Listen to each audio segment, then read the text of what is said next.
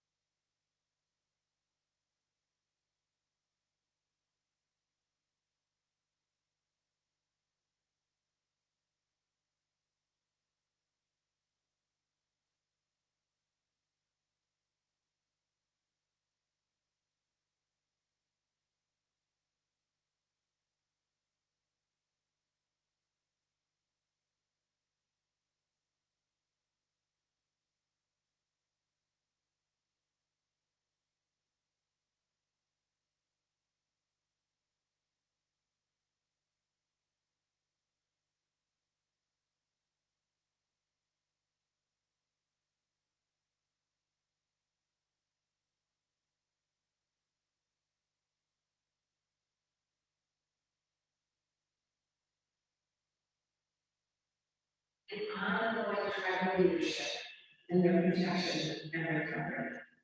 Time is of the essence for these species.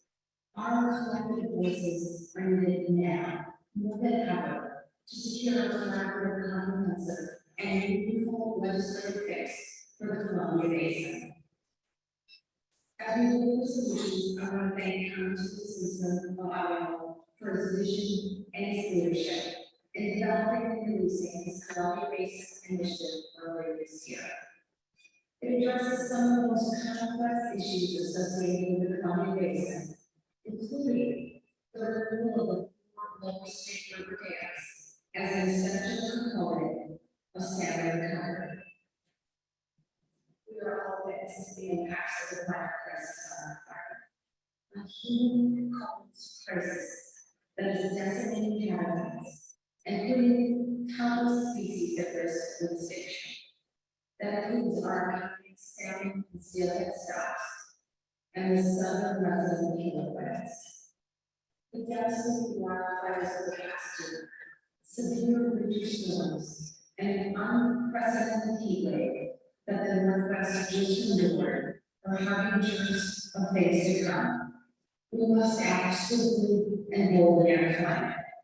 As a working family, I need to do all I can to transition to a clean energy economy and tackle the climate crisis. I fully recognize and appreciate the role hydropower plays in our fight against climate change and providing reliable, low-cost power to homes and businesses across the Northwest. Our challenge in this region is to balance the benefits of this low-carbon resource with the adverse impacts it has on salmon and steelhead. Market and technical advancements in solar and wind, battery storage, more efficient use of transmission, and energy efficiency can help us create a path to advance a low-carbon future while ensuring recovery of our salmon and our steelhead.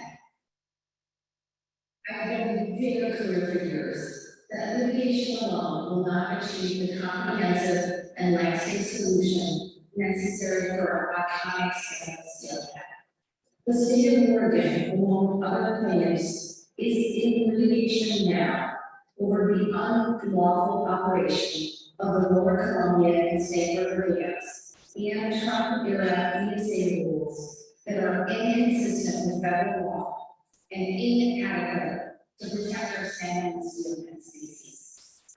These lawsuits help ensure that these Trump-era drawbacks to environmental stewardship are reversed, and necessary near-term actions are employed as a bridge to our salmon and steelhead until a long-term solution is secured.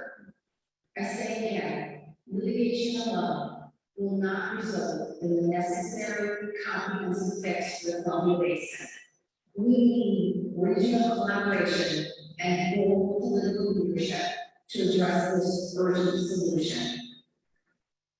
In addition, I fully support the new Columbia Basin Collaborative and confident it too will achieve positive results for our salmon and steelhead, including increased food supply for the Orca. The CDC will identify and promote actions to eventually achieve numeric and qualitative goals for salmon and steelhead throughout the Columbia Basin. However, the CDC is not currently geared up nor adequately funded to address the time-critical conditions for several specific salmon and steelhead stocks. Bold action is needed now. Ensuring a future of robust, harvestable native salmon and steelhead throughout the Columbia Basin is a priority for me. We must come to a political legislative solution that not only ensures salmon and steelhead survive and thrive, but does so in a way that supports clean energy development, agriculture and irrigation needs, river-dependent transportation, and river recreation, and a manner that is also respectful of tribal culture and history, and fully respects tribal and treaty rights. To get there, we need to bring the Northwest delegation together and support full funding for the Columbia Basin Initiative, securing 25 to 30 billion we need in one of this year's federal infrastructure bills. Once this funding is secured, We must urgently work together to ensure that complementary federal legislation for a comprehensive solution is secured. Thank you so much for inviting me to speak with you today. We have a lot of work ahead of us, but I know we can get there together. Thank you.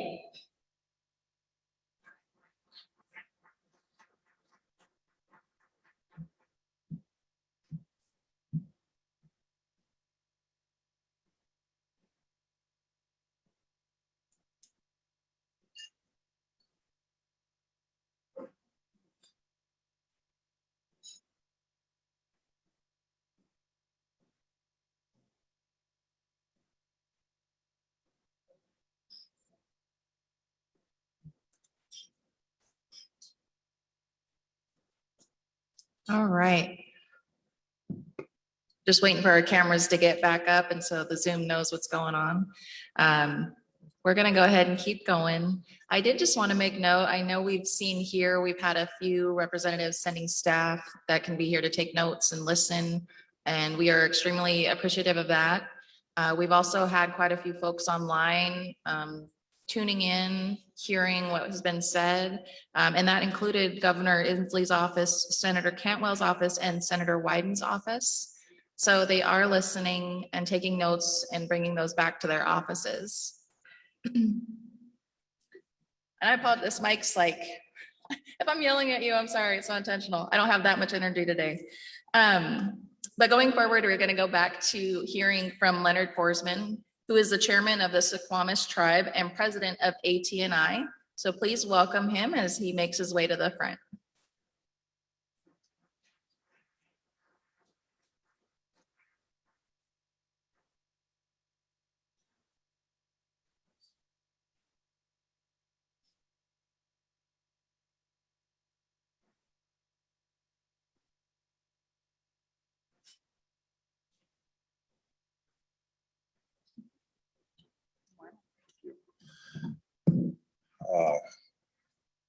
Hill, good morning.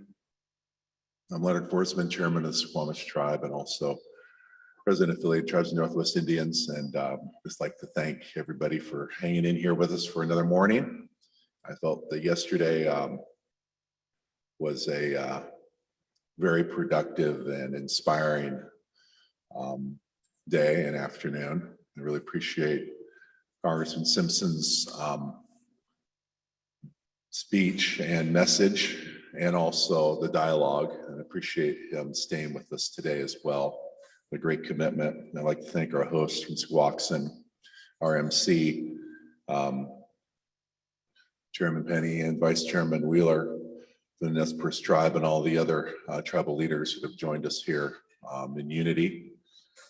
We all, as I said yesterday, have a common commitment to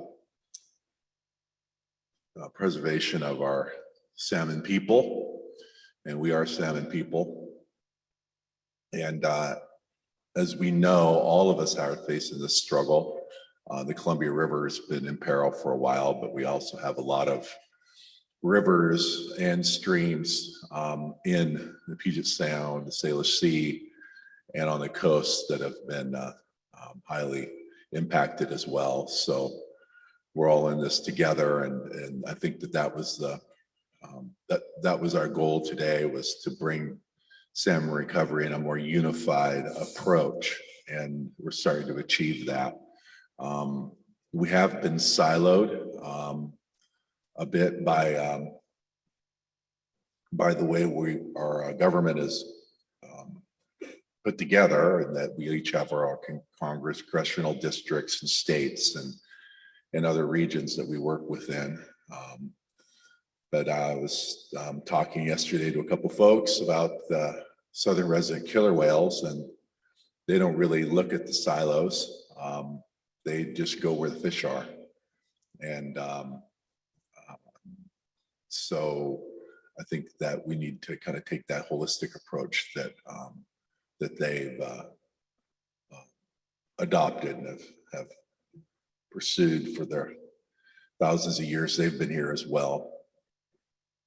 And I know that the idea of bringing in Alaska and British Columbia into this conversation was brought up too, and I think that's very important that that's done as well.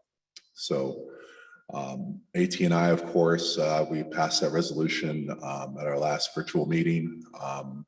Really proud of that. It took a lot of work on behalf of the proponents in the Natural Resources Committee. And then it went on to the National Congress of American Indians and got worked over as resolutions always do at NCAI. And got a lot of, I think, good improvements to it that make it a little more national in scope.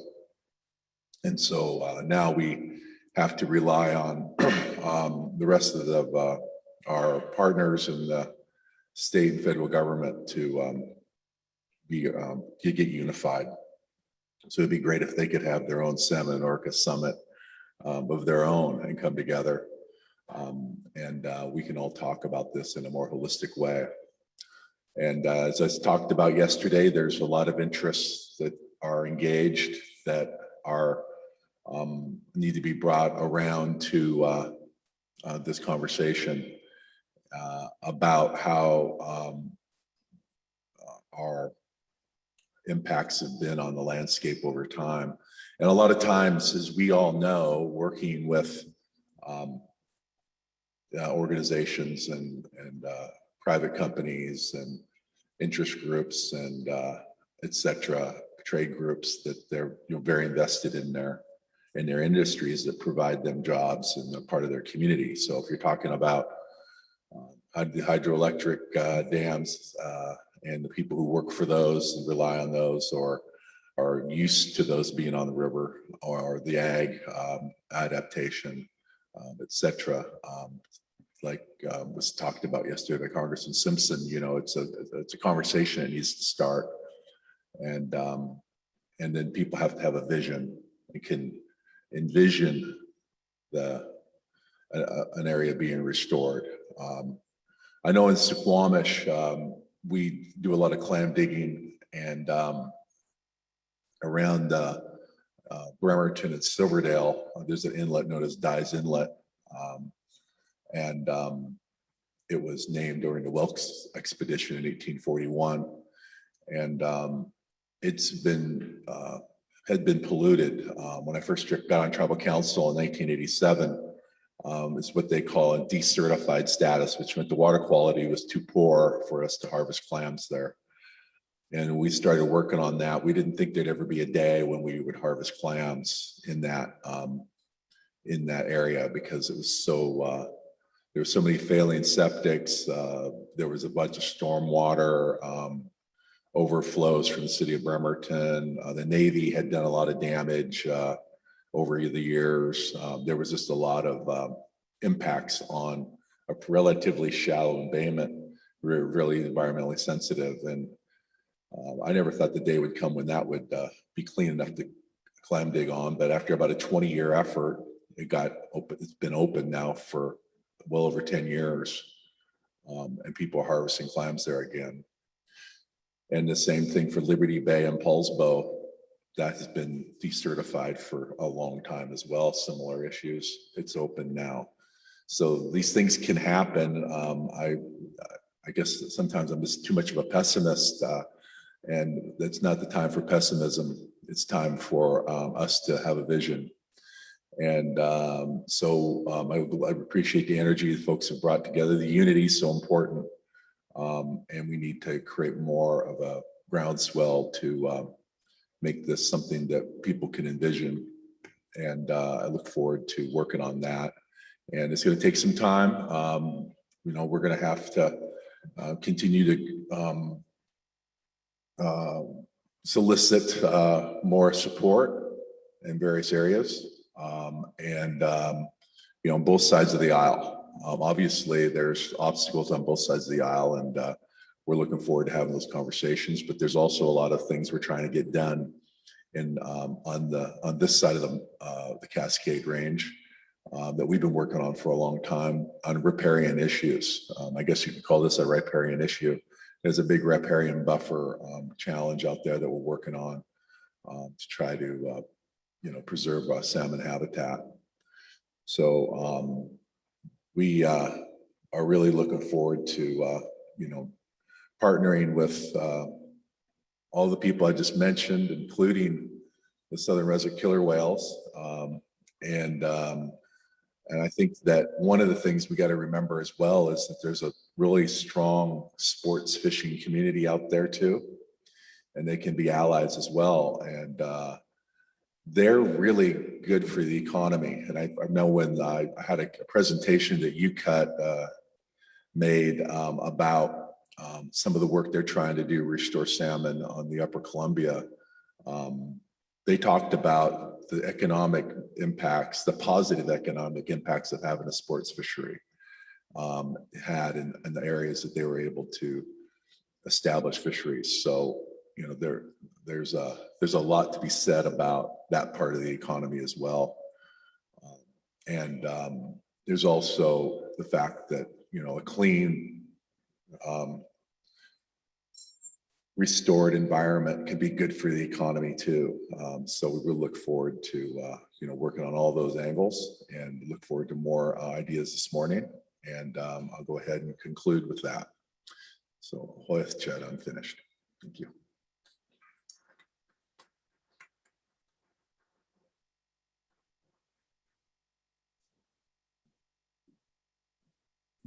Thank you, Leonard. So we've had a lot of conversations yesterday, and we'll continue to have those today about not only the history, but about the work we're doing now, present day. But much of Indian country focuses on, and any of the work they do is the future and the youth. You often hear folks refer to the 7 generations, and that's because we're always planning ahead and looking forward, because it's not about us. It's always been about the future and making sure that our culture is sustainable and that those coming after us can still thrive and prosper.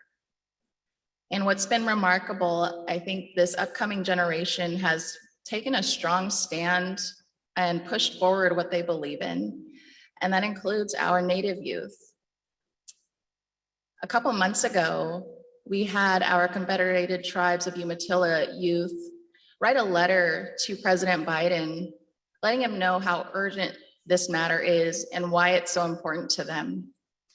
And they've joined us for this summit, and they've been here to listen and partake in discussions.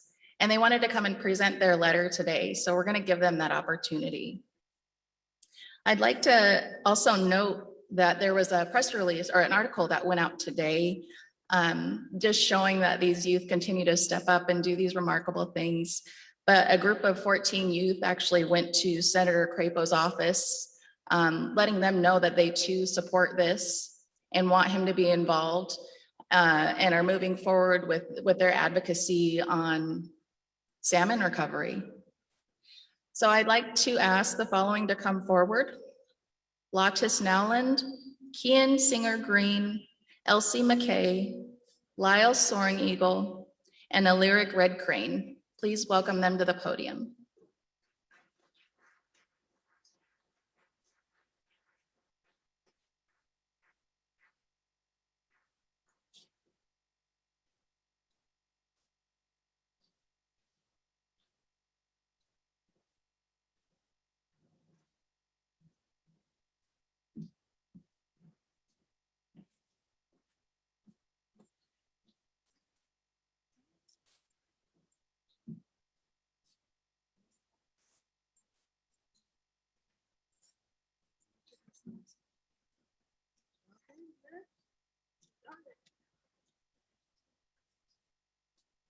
Inishmanisha Wumflet Nanesh Wayapo Timki Lotus Nowlin. My parents are Jess and Trinette Nowlin. My grandfather is Armin Minthorn. I'm currently 17 and I'm going to be a senior this coming fall at Nikiawe Community School. Inashmanisha Shayapa Timki Kian Singer. I am 17 years old and attend Nikiawe Community School. I'm currently a member at large for the C2IR Youth Council. I'm an enrolled member of the Confederated Tribes of the Umatilla Indian Reservation. And my family are the Greens and the Hop Pellets. Thank you. Hi, my name is Elsie McKay. My parents are Laurel Smith and Rico McKay. I'm currently 17 and about to be a senior in high school. Hi, my name is Lyric Red Crane. My mother is Maurice Bronson. I go to PHS. I'm 16. Hi, my name is Lyle Soren Eagle. I'm 16 years old and I attend Pendleton High School. And my parents are Lauren Willis and Thomas Soren Eagle. Okay, so I'll start off with reading our letter to President Biden. We call on President Biden to honor and commitments and protect our future. Dear President Biden, the Native American youth in our country need your help. When you were elected, we had hoped that things in this country might change and that fish, animals, waters, and forests would be protected. Now we have something to ask you. Our salmon are disappearing too quickly, and we can't wait for many years for them to help. Our elders tell us about a time when there was more salmon than our people could even eat. There was a time when no one in our tribe had to worry about whether we had enough fish to feed everyone. But today, there's less salmon, and even their size is so much smaller than before. This is important. Salmon aren't just food.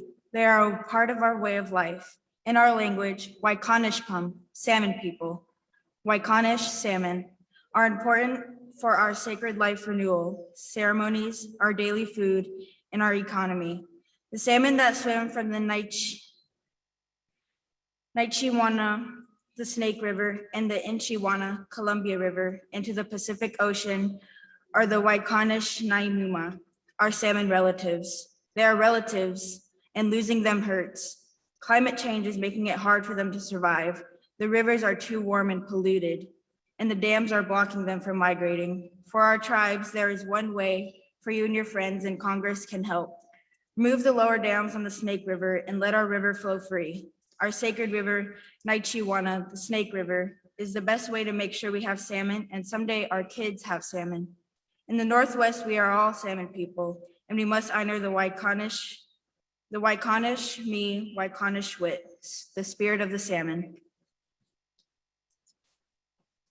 America made a deal and promised that we would be able to fish forever. We can't fish if there aren't any salmon left. Something must be done to save our salmon, and we are counting on you to help us. We are asking for a moment of your time and want to speak with you about our future.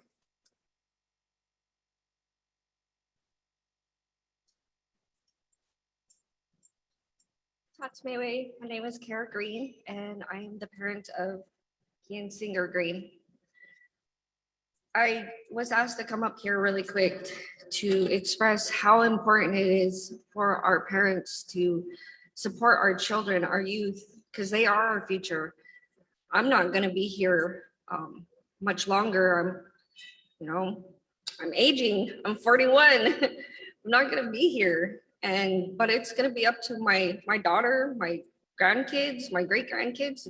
We left them. We're leaving them with a huge tragedy of despair of our waters. I'm a commercial gillnet fisherman. I fish with my dad and my uncle, and it's just a horrible sight to see. Just as of last week, we fish above John Day Dam, and we only caught 37 pounds. That's not what we're used to at all. And just like the Coeur d'Alene tribe, councilman, it's heartbreaking. It's gut-wrenching. It really is.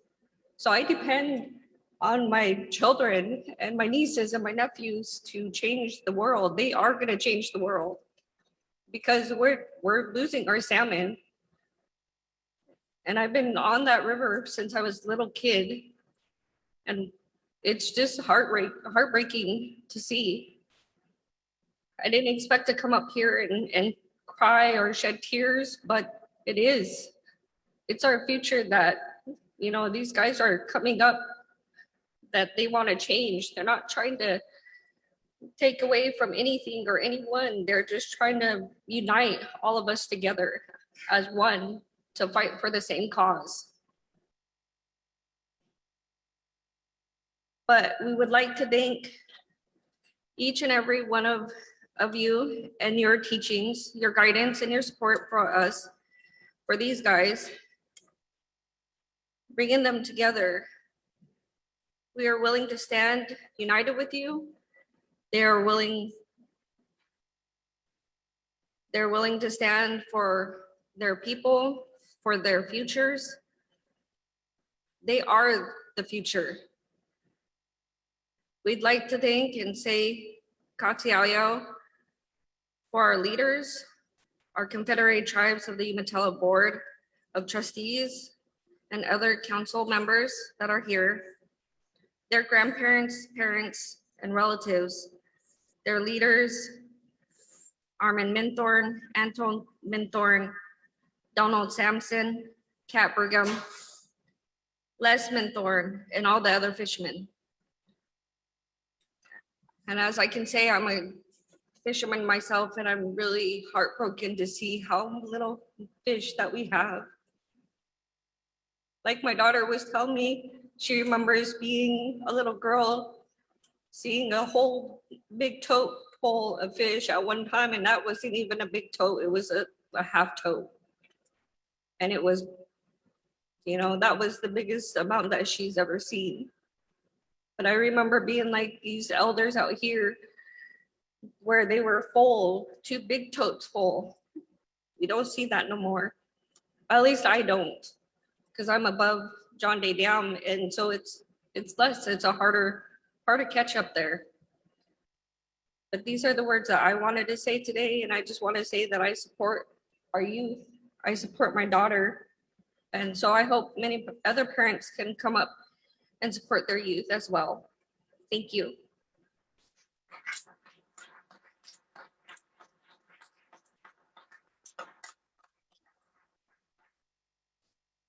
To end this on a note, we need our leaders to step up and protect the future of our youth. Because right now, we need more help than we can get right now. So we're just trying to get further and sign our petition, please. Change.org, stand with Native youth to President Biden. Thank you.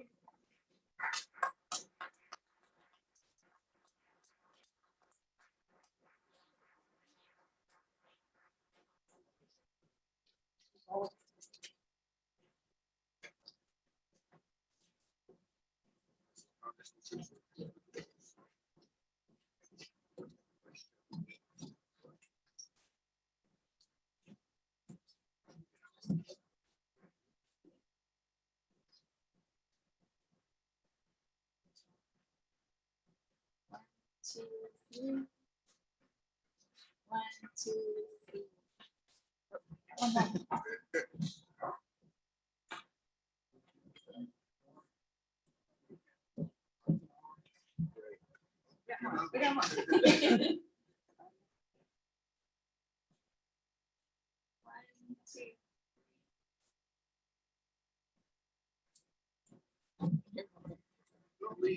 Don't leave yet.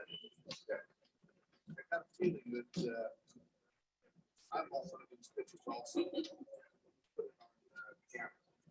There we go.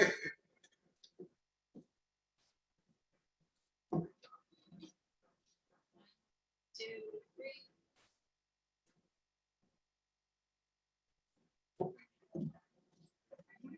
Thanks for all your hard work and your dedication.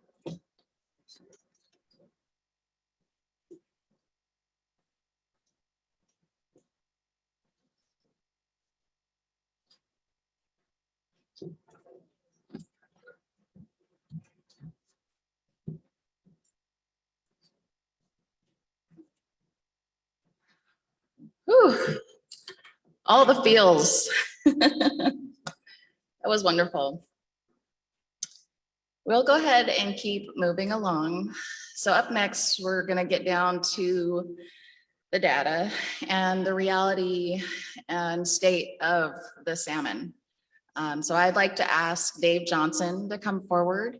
He's the manager for the Nez Perce Tribe Fisheries Department, and he is going to present his status of extinction report. Come on up.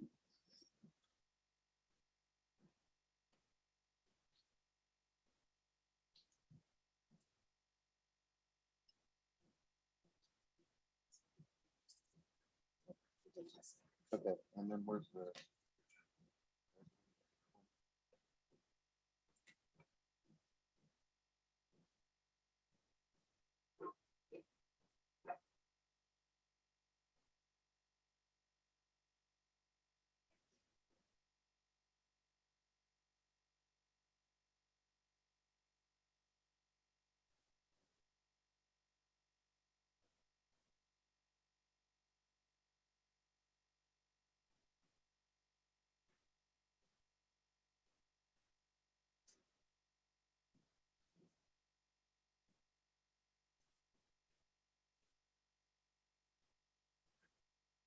Tatsmiwi, my name's Dave Johnson. I'm the Fisheries Department Manager for the Nez Perce Tribe. I've got some graphics here. I wanted to go ahead and use a PowerPoint. I know that no one has, but I want to show some maps, give you an idea about where things are located. And hopefully it puts the story together a little bit better. So what I wanted to talk about was spring Chinook, specifically in Steelhead in the Snake River Basin.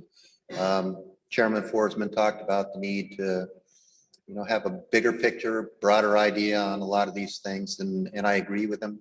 I agree that is a purpose that tribes across the Northwest need to be thinking of. But for the Nez Perce, for where I work, we're specifically involved and attuned with what goes on in the Snake River Basin. And so I wanted to emphasize that. So this is the Columbia River Basin. I'll go ahead and I'll use, I don't know if it's easier for you guys or use the pointer on one end or the other, but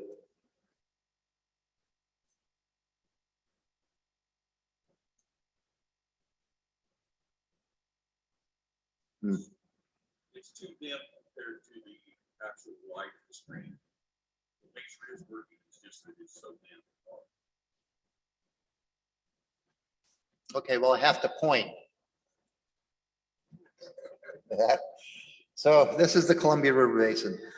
And the map shows the tribes in the Columbia River Basin, and it also shows the Snake River Basin relative to the Columbia. Again, I wish I had the ability to move a cursor around or something to actually give you the idea, but the tribes within the Columbia River Basin, why they're shown here is that there has been an effort that's been going on for about since February, in which the Columbia River tribes, the Columbia Basin tribes, have been meeting and discussing this issue with Congressman Simpson, and all these tribes in the Columbia River Basin express their support for what it is that he's trying to do.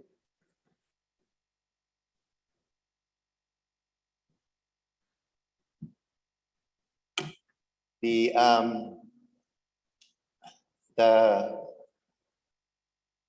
one, again, I wanted to indicate on this map too that parts of the basin are blocked. This map here, all those hash marks in there, that shows where the dams are located.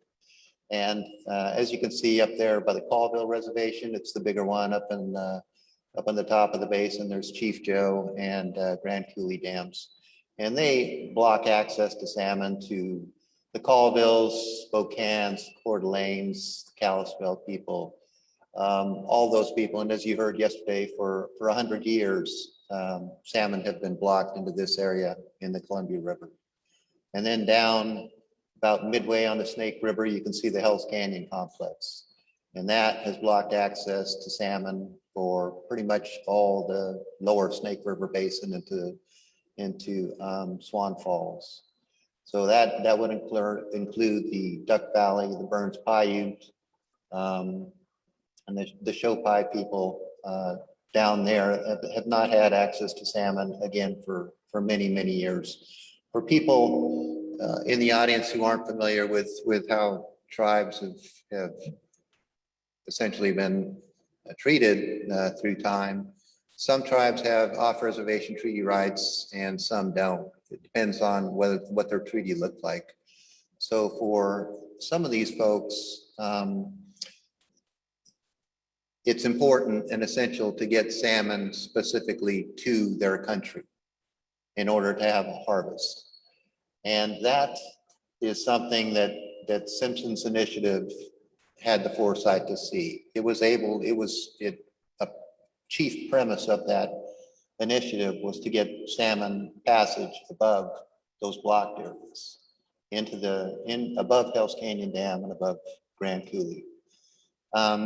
It's been something that's been tried. It's been something that tribes have worked on for years and years, for 80 years, for 100 years, and it hasn't been accomplished. This was the first effort in which there was a congressman that really realized that you needed to do that. You needed to make tribes whole by passing fish above these blocked areas. And so that was something that really had a lot of insight, or a lot of help and promise for the tribes. Another thing about this map here, I wanted to talk about, the topic is about spring Chinook and steelhead. And if you follow where spring Chinook are, you follow the Cascade Range. So right now in the Columbia Basin, they're on the east side of the Cascades. They're down in the Blue Mountains, and they're in the Snake River Basin. So that big chunk of country there in the Snake, that's all spring Chinook steelhead habitat. That is the breadbasket for spring Chinook and steelhead in the Columbia Basin. That is the largest portion of habitat available for these species. In the Snake in particular, there are 5 species of salmon in there. 4 are listed under the Endangered Species Act. So that's Snake River spring Chinook, fall Chinook, sockeye, and steelhead. Well, coho are there. Coho were extirpated from the Snake River Basin. They were brought back by the Nez Perce tribe.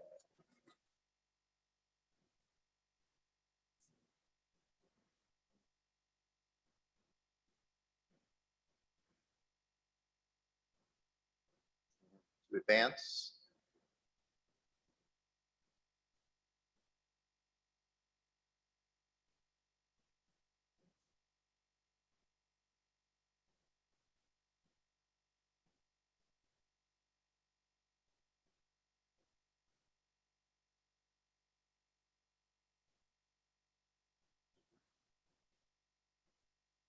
Okay, like I said, I wanted this particular part of the presentation to be focused on the Snake River Basin. This is where we work. So this map here shows Nez Perce territory, and as you can see by the little gray graphic on the right there, it essentially covers that breadbasket of the Snake River Basin. One of the things to point out on this map is identifying this country again.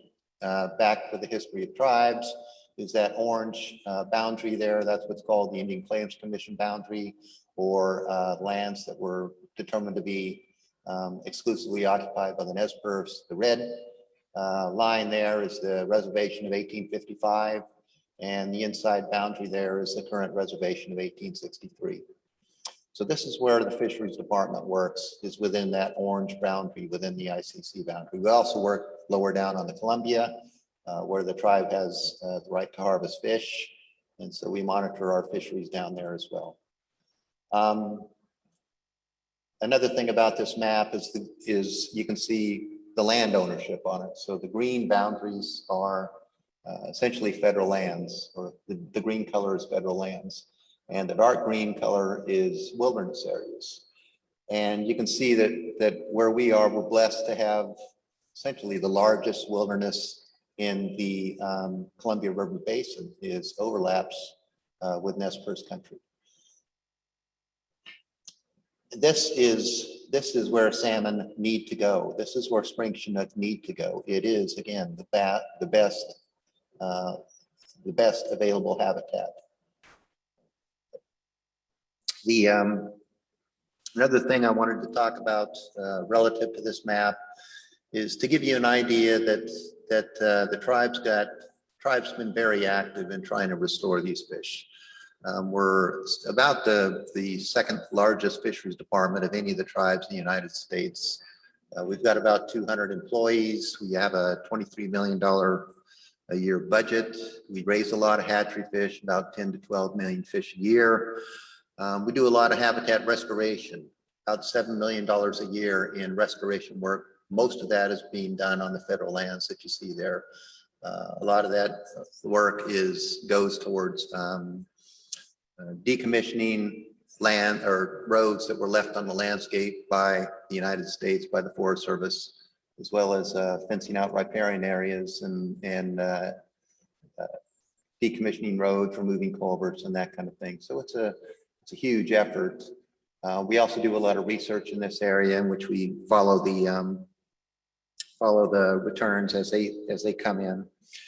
We monitor our harvest and we enforce the tribe's regulation. Now, the Nez Perce tribe is the undisputed co-manager of this fisheries that we share with the states of Idaho, Oregon, and Washington.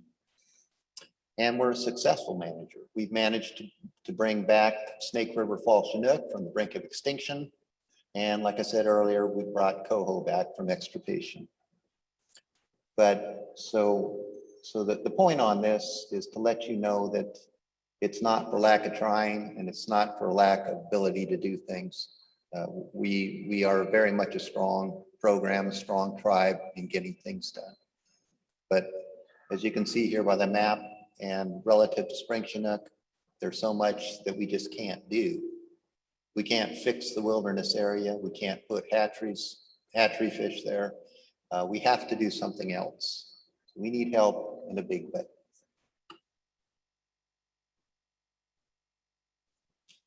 Want to turn to abundances here. This graphic here shows it's a graph about where abundances are, and it overlays this graph. The little graph down on the bottom there is from a presentation that some folks have presented to the Northwest Power Council. But I wanted to extend that graph to show really what our goals are. Now that goal up there at the top is 179,000 natural origin spring Chinook. That's what the goal is that the Columbia Basin Collaborative essentially is trying to achieve. You heard Governor Brown just talk about that. That's their goal. And you can see the graphic of where we are right now. Now these people, everybody has been working on this for a very long time. We've been working on this for 30 plus years since these fish have been listed under the Endangered Species Act. But by that small graph, you can see where we truly are right now. You can see where we are relative to the delisted goal. We're far below that currently. And another thing about this, is where we used to be, where the tribe used to be, it was 2 million fish. It was 2 million. The number was way up in the ceiling. So this smaller number here, this 179, is just a reasonable goal, something it is that we're trying to achieve. But again, where we are is so small. So it's on that graph there. If you look at the last two numbers, it shows the 2021 forecast, 8,250, I believe. We didn't even hit that this year. We're actually around 6,000 fish. So we wanted to look, the tribe, our department wanted to look at those numbers specifically and tease them apart, see where we were relative to the individual populations. This is what we found. So this information here, this is the counts of spawners in all the 32 populations that are listed under the Endangered Species Act in the Snake River Basin. And so you can see the stream name on the top, and then you see the dots that indicate how many spawners were on the spawning ground in that particular year. Now this is information the Nez Perce tribe collects, as well as the state agencies and Chauvin tribes and Umatillas, and we provide this information to NOAA Fisheries, and then they do a status review on these returns. But we teased it a little bit more. We didn't want to look at the mean of all these populations. We wanted to look at the individual populations themselves. We're a fisheries manager. What we do is we have to take an action in a particular stream. We have to see what it is that we can affect at that particular stream. And what we found was shocking. The red dots there indicate that number on that particular year was fewer than 50 fish on the spawning grounds. So what we found was there's a name called a quasi-extinction threshold. And it means that there are 50 fish or fewer on the spawning grounds for 4 consecutive years. So that's why you see those series of dots. They've been below 50 spawners for 4 consecutive years. 42% of those populations. So what is quasi-extinction? So there's a couple of biological terms for it, but really what it means is that you're running out of options. When you have fewer than 50 fish on the spawning grounds, your genetic diversity is really limited. Your ability to pull these fish out of inbreeding depression or other stochastic type risks is really limited.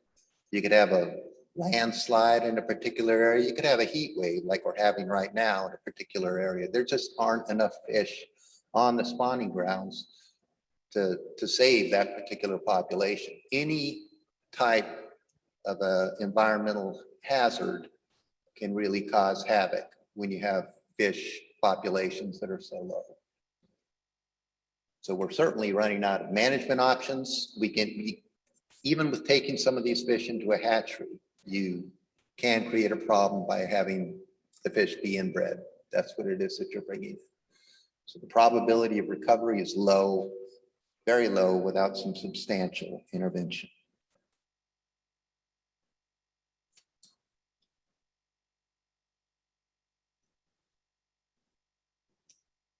So we looked at the information, we modeled the trends for where the populations were going based on that data, and found that the populations were actually declining by about 19% each year.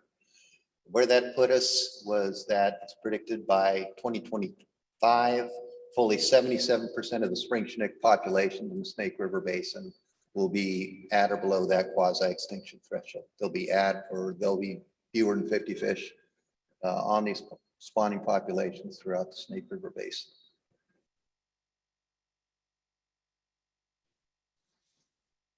So we presented this information to our co-managers at the states and the tribes and the NOAA fisheries. There really is no dispute about this data. This is the data we all collect.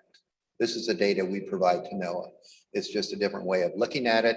And it's a way of saying, no, we're not going to kind of wash things over. We actually have a real concern here. We're not trying to mask over anything. We're trying to put the numbers out there.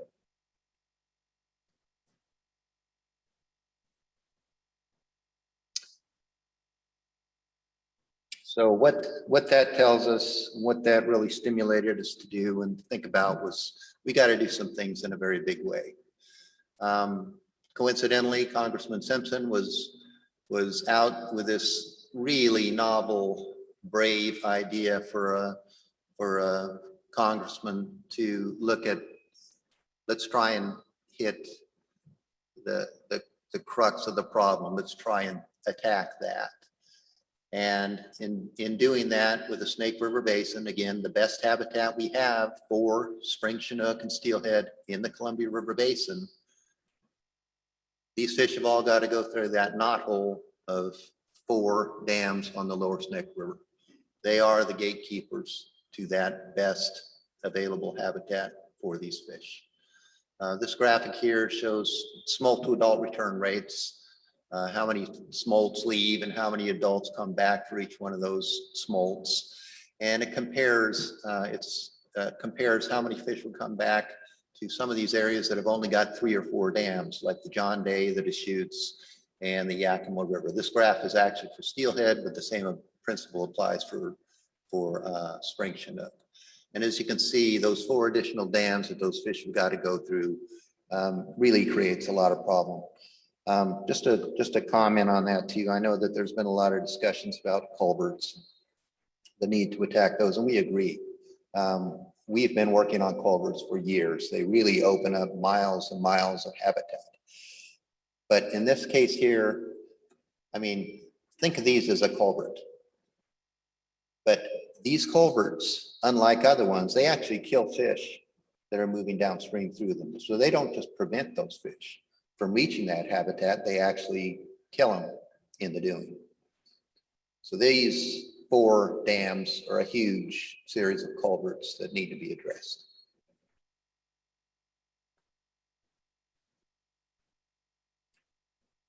And that's why Congressman Simpson's initiative was really, really important for us. And I heard this yesterday, and I want to really echo it. And it strikes me that he very much got it right when he looks at all the sectors that need to be made whole in order to have these fish survive. And that shouldn't be a secret for any of the tribes. Really, the only way our tree rights or resources have been made any headway is when everybody else has been made whole. And that's the thing I think that his initiative gets to.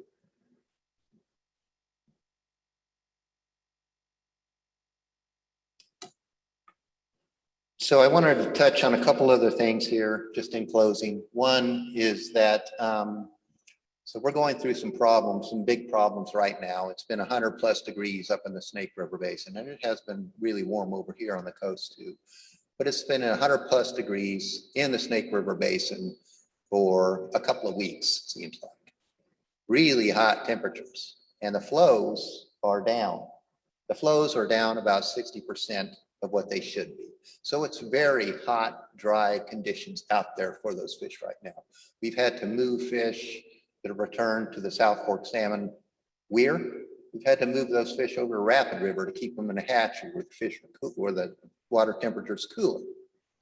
We've had to shut down our trapping operations because we don't want to stress the fish anymore by handling them. So the fish are really in a hard spot trying to find, trying to survive this summer until they spawn later on in August. We're having to do some things at the hydro system. Some things that it's things like, given a choice, you're choosing the least bad of the bad choices. And these include reducing spill, something that we know helps fish avoid mortality at the dams. We're having to reduce that in order to pass cooler water from Lower Granite Dam down to Little Goose. So we have to shut off spill. So the cold water that is available in the reservoir will go down from one dam to the next through the powerhouses. So we pass that cold water, try and spread it out as far as we can. That water eventually gets mixed up in Lower Monumental and Ice Harbor, but it's something that we've had to do. So we have to give up one thing to try and make it least bad for another. And we'll be looking at other things too. We'll need to reduce, I believe, we'll need to reduce minimum operation pool at the dams, which could affect navigation in order to speed up water travel time and make those conditions again in those dams a little bit less hostile. We're having to use up as much water at Dorshak, which is the only cooling source of water in the Snake River Basin, one that's located on the Nez Perce Reservation. We're having to use that water up to a much greater extent than we normally would, just to keep the freaking reservoirs cooler. So we've got a whole series of problems here. And like I say, with the stochastic risks, the demographic risks that these fish face right now, you got one bad year like this, you have 2 bad years, you don't have anything left. That's it, you know. So I'm just concerned that we've taken these fish so low that we're running out of options. We're running out of things that we can do with them. We've seen fish kills in the mountains, not just in the Columbia River, not just on Sockeye. We've seen fish kills in the mountains during heat waves before. And I think we're going to see some of the same things now. So this is a very foreboding story. And it really is a call to do something different, something big right now. These fish don't have a lot of time left. Good ocean, bad ocean. Now is the time that you have to do things big on the areas where you actually can control it. And that's in the freshwater. That's in the main stem migration corridor. That's in the habitat. We have to do these things now. We have to do them big. And what do we have for resources to do this with? For those of you who work and know the Columbia Basin, BPA, Bonneville Power, the entity that's challenged with mitigating or the effects of the hydro system on these resources, says we're going to keep a flat line budget until 2028. There is no opportunity under their scenario for doing anything big, for doing anything different. As I indicated, we're already going all out, got a huge program, doing a lot of things, but we need to do much more. And we don't have the resources to do it with. It's a shame. And so again, I think Congressman Simpson's initiative hits the target in so many different ways. It provides passage above blocked areas. It addresses the lower Snake River dams. It provides the tribes and states the resources to do what we need to do to turn that trajectory. And during the interim, during the next 10 years, while those dams would be worked on to get breached, it makes Bonneville whole. The ratepayers, there's a way out. They get paid to implement the spill that would be required to get us through this time period. That's part of the package too. Yet, you know, that's being scoffed at. It's such a gift horse. And again, and it came out yesterday in so many speakers. Transportation, the ag industry is not being hurt one iota. They're fixed. Their system of transportation is enhanced, it's fixed, it's paid for, it's trading one subsidy for another. Yet they're not going to take it. The only ones hurting and the only ones who have a right to these fish are the tribes and the fish that the tribes depend on. Everybody else already is whole. The tribes have got a long way, the resources got a long way to go before that's going to be made.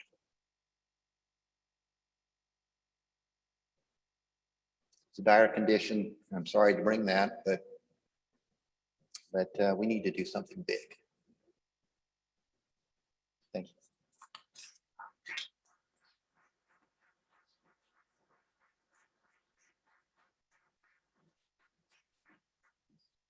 We do have a little bit of time if anybody has questions about the status of extinction or for Dave. You can come on up to these microphones. Or any comments?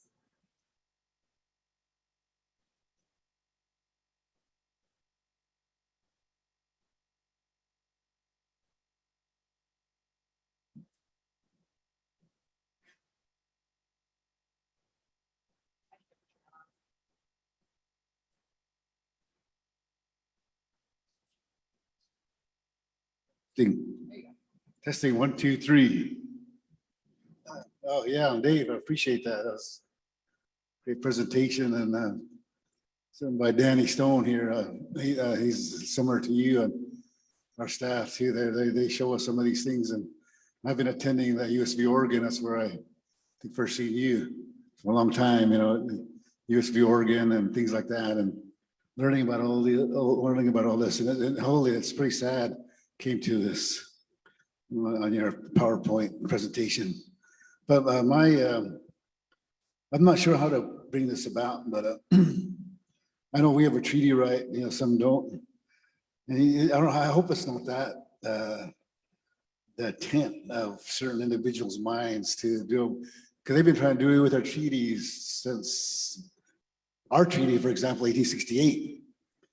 the language is said, they put Cameras Prairie, misspelled it Kansas Prairie, and stole the land and stole our land, dwindled down 1.8 million acres, similar to you guys is up here in this Perc country, Nimipu country, and looking at the map. But it happened to all tribes. Basically, it makes you wonder. I'm not sure how to bring out my English language, Naivo language, because my first language is Indian language. But I'm just going to throw it out there. I guess the atrocity or the shady negative influences of minds of certain people at the top, I guess, headquarters or in charge of the country, and Indian agents and all that. Our Indian agent, if you believe it or not, was here in Olympia, Washington, way back in the day. That was way in hell. You showed that map up there, Clean River Basin. You see where Fort Hall is. Look how far our Indian agent was, Olympia, Washington. What the hell? How are they going to come talk to us? And that we don't get rations. And that's an example. It's from the day at the get-go, all these things were happening, neglect, the ignoring us and all that. But to me, it seems like they want to do away with our treaty. They want to do away with our language, our culture, the concept of put us in the melting pot and the assimilation, acculturation. We all know that. A lot of us know that. But basically, that's what it seems like. This is a part of it. Like they did it with the buffalo, right? Kill, wipe out what the natives, the indigenous people live on. The buffalo wars and take them out and the festive blankets and all this. And now the salmon, I hope that's not the case. Do away with the salmon. So ours is Article 4 in our treaty. We have off reservation rights to hunt on unoccupied lands of the United States so long as game shall be found, et cetera, like that. If there's no more salmon and no more game, we can't go out there. I hope that's not the case, but maybe some minds are thinking that way, trying to take us out. We got to turn it around, and I don't know how do we bring it about, but then what comes to mind looking at all the data and the scientific experimentation of how to preserve the fish from going extinct comes to mind. I'm not the expert, but how could we save them to put them in some kind of like this would be a tough situation. You know, we had incubation projects dancing with the salmon in high schools in the 90s. We put them in the incubation and we send them out and we flush them out with our water rights, open up our dams and flush them out so that the smolts can make it, the fries can make it to the ocean and back. And then there's all kinds of things we tried, projects, but maybe we have to come up with a project to put them into an area where they might not have to go through all this until just to keep them alive. That could be possible. I don't know how to bring that out in my language, but in a language to right now. I mean, I got to think about it, how to put it together. But just real quickly, I would say, like, put them in, like, how would you say it? Like confinement, not lock them up, but like a zoo or something, and put them inside there in that big aquarium and let them survive there, let them spawn there, and then so they could continue on and have maybe some kind of artificial ocean. They could go into the confluence of salt water and migrating, you know, like that. Then the orca is gonna be another issue. I was reading about them, that Tilaqua, that little baby orca. I just read a little bit about it. That's a pretty sad story, another one. But how are they gonna survive without eating the salmon? We're in a sad situation. But you know, that's what we used to come testify all the time at Vancouver or even at Oregon City. Hey, please let them go reach their spawning grounds. We told Washington, Oregon, Idaho representatives, hydropower, all these entities. How do we plead to them? Hey, please, because we're subsistence people. We don't, you know, like with no offense to others, you know, but the treaty language different, selling the fish and all that. But we say, hey, let them reach their spawning grounds. All these years since I've been on the council, 05, we'd go over there off and on different times. And then they listen to us. We give them their best testimony, write it down, and we talk with their heart and say, hey. And then it goes out one ear and the other. And some of those people probably laugh at us after we leave the room. I wish those show bands didn't exist or something. That's what it seems like with the black sheep. But you know, so somehow we want to be a part of this too. That's why we came a long ways from way down there, the southeastern part of this Columbia Basin. I really appreciate it. I know when we first came about, USB Oregon, we says, hey, you guys don't belong here. You guys know about that and all these things. But now it's time to unite. Like Sherman said, I told him a chairman right here, Devin. I said, let's go turn it around. And Shannon's a good man. Sam Penny, all these guys. I talked with the youth that was here. I told them about our Bannock War. We made peace a long time ago. We made peace, and Antoine Mittenhor told me that we gave him we gave him a war dance, and they still do it today. He talked to me at ATNI, and he appreciated it. Shook my hand, and that was really, really honorable. So let's put all these things aside. It's still there. Some of our people back home, I'm sure, are there too. But I know the Umatillas are people. Fred Hill is my friend, and I met him over there and then shook his hand. And Wolf knows him. But anyway, I'm going crazy up here. But I really appreciate it. That's what I would like to say. Hey, let's find a way to put him in a capacity, some kind of aquarium type to keep them preserved so they don't go extinct. And you guys probably already thought of that. But maybe you guys could understand what I'm talking about. My broken English. Thank you.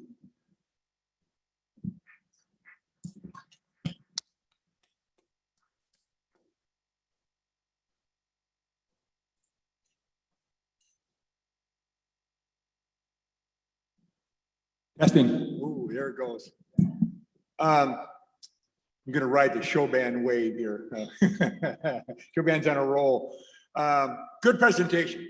And at the end of the day, it's how are we going to accomplish this mission? So in terms of getting the commitment with the dams and trying to restore these stocks. I was asked Shannon for a copy of the presentation because it was a good one, quick snapshot kind of thing.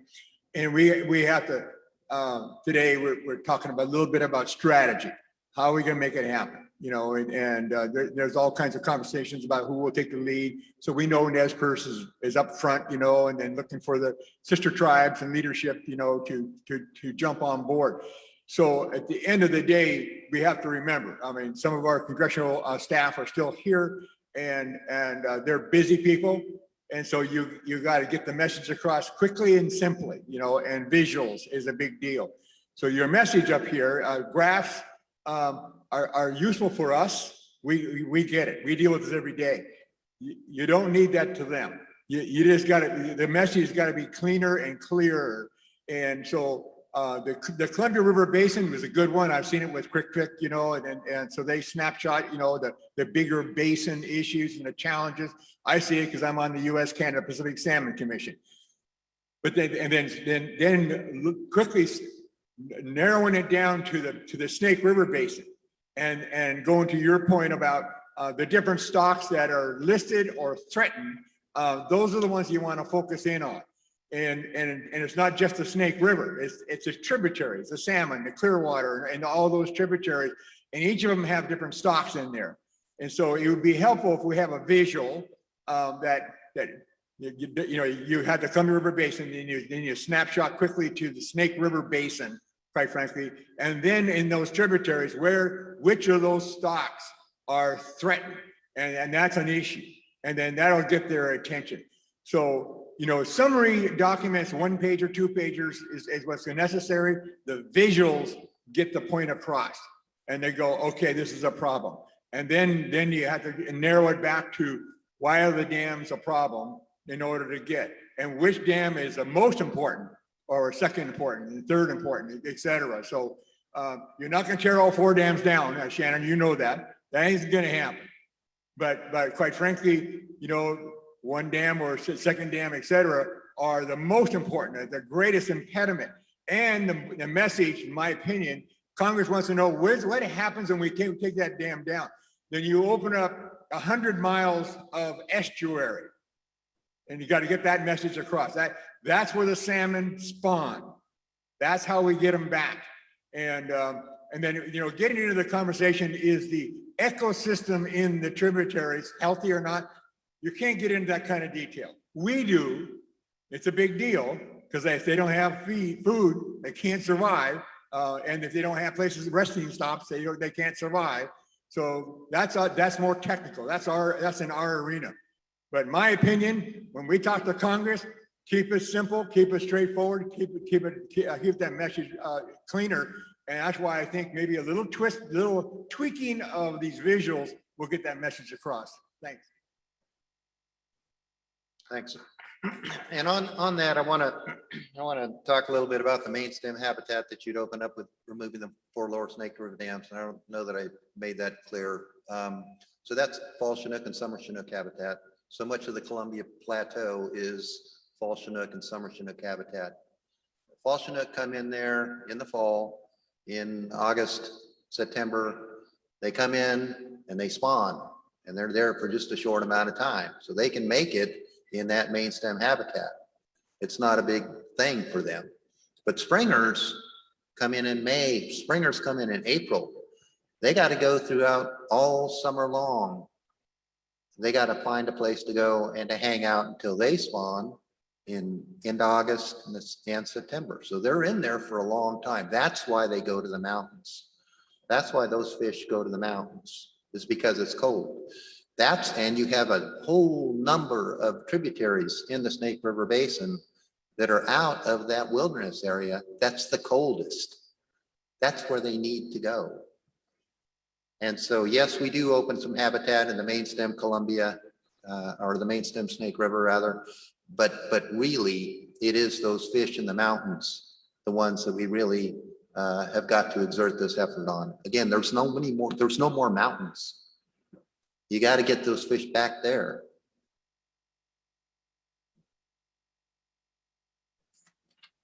Thanks. Hey, Lonnie, if I could just make a point really quick, because this is really important as we have congressional staff, elected leadership. I wanted to highlight something that Dave said, and he said it quickly, so I want to make sure that people let it sink in. We have no tools left, and the tools that are in existence right now are dilapidated, they're aging, they're in desperate need of infrastructure maintenance. The Lower Snake Compensation Program that mitigates for those Lower Snake River dams, the thing that's keeping the pulse alive on the salmon that's left, it's $300 million in the hole. Deferred maintenance alone, just to keep what we have in existence. We're running out of tools. We're running out of capital to buy the tools that we need. And as fish managers on the ground, it's like somebody sent us out to go fix up a Maserati with a screwdriver and a crescent wrench. There are things that we need, and you take a look at these graphs. There's only one way that these things are going if we maintain what we have now. And with the deferred maintenance and all of the fish management tools that we need as tribes on the ground, if we stay at a flatline budget, we can only do less with the same amount of money. And that's a really important point for everybody to think about. We're not going to be improving. We're doing CPR right now.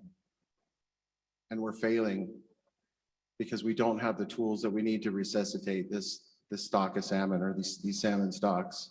Thanks, Dave.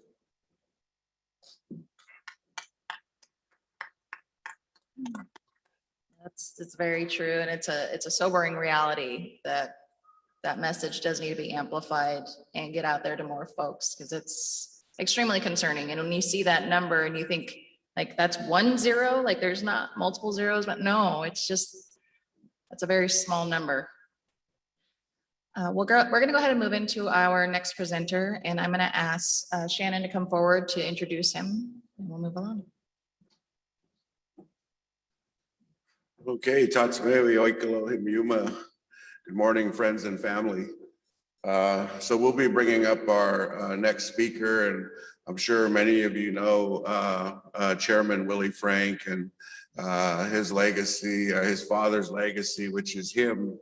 And we had the opportunity to know Willie for many years, his family for many years, and it's just an honor and a pleasure to be associated with Frank's Landing and Chairman Frank and the Nisqually tribe and the work that he's doing out there for his people.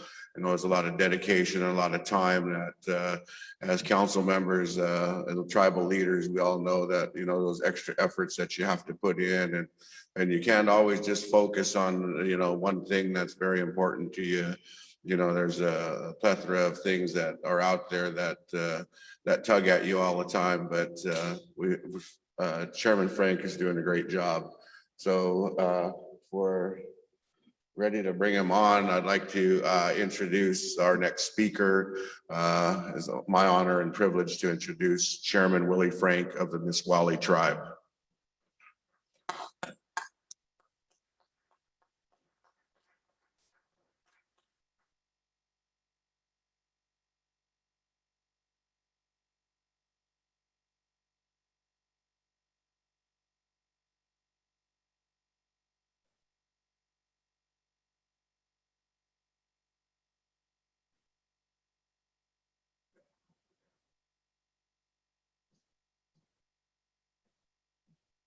He's on Zoom and we're bringing that up. So normally it's, you know, we're ready and then technical difficulties show up, but we'll have it up shortly. So just hold on, Chairman. I know you're on there.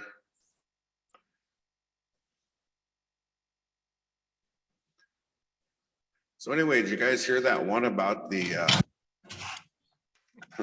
I want to hear the end of the joke now, Chair. Shannon, I want to hear the end of this now. So, no, good morning, everybody. Honored to be here today. My name is Willie Frank III, Chairman of the Nisqually Indian Tribe. My Indian name is Qualashkid. Okay, well, while we're waiting, we have Congressman Simpson's going to respond. Oh. Let me just respond to one thing that was just said, that was just mentioned, how important visuals are. You're absolutely right. The one thing that has been most effective for us when we've talked to other members and other industries and that kind of stuff is we've got a map that I can't remember who we had do it. Lindsay knows, but it shows the salmon runs in the Columbia River and it does SARS rates as the fish come over the various dams. And we use it to demonstrate what the lower Snake River dams do. And the SARS rate as they come over the lower 4 Columbia dams, yeah, they're down. Those obviously affect the SARS rate, but they're, and you know, that's how you measure the health of a salmon run. They're still sustainable when they come over those 4 lower Snake River dams, whether they go into the John Day drainage or the Yakima drainage. We'd like to see them better, but they're still sustainable. The only difference that the Idaho salmon, those that come to Idaho make, is they take a right turn and they go up the lower Snake River and they have to pass 4 more lower Snake River dams. And the SARS rate after they pass those lower Snake River dams is about 0.7%, 0.7 to 0.8%. That's a path to extinction. And when I show people that, and it's on the map and stuff, and show them the difference in the SARS rate and what the impact those dams have, it's something visual that they can look at. And to tell you the truth, nobody has a response to that. They just kind of go, oh, yeah, that's a problem. So the visuals are very important that you were talking about. And the more we can, you know, we're visual people. We like things that we can see. So the more we can do in visuals is very important. I agree with what you had to say.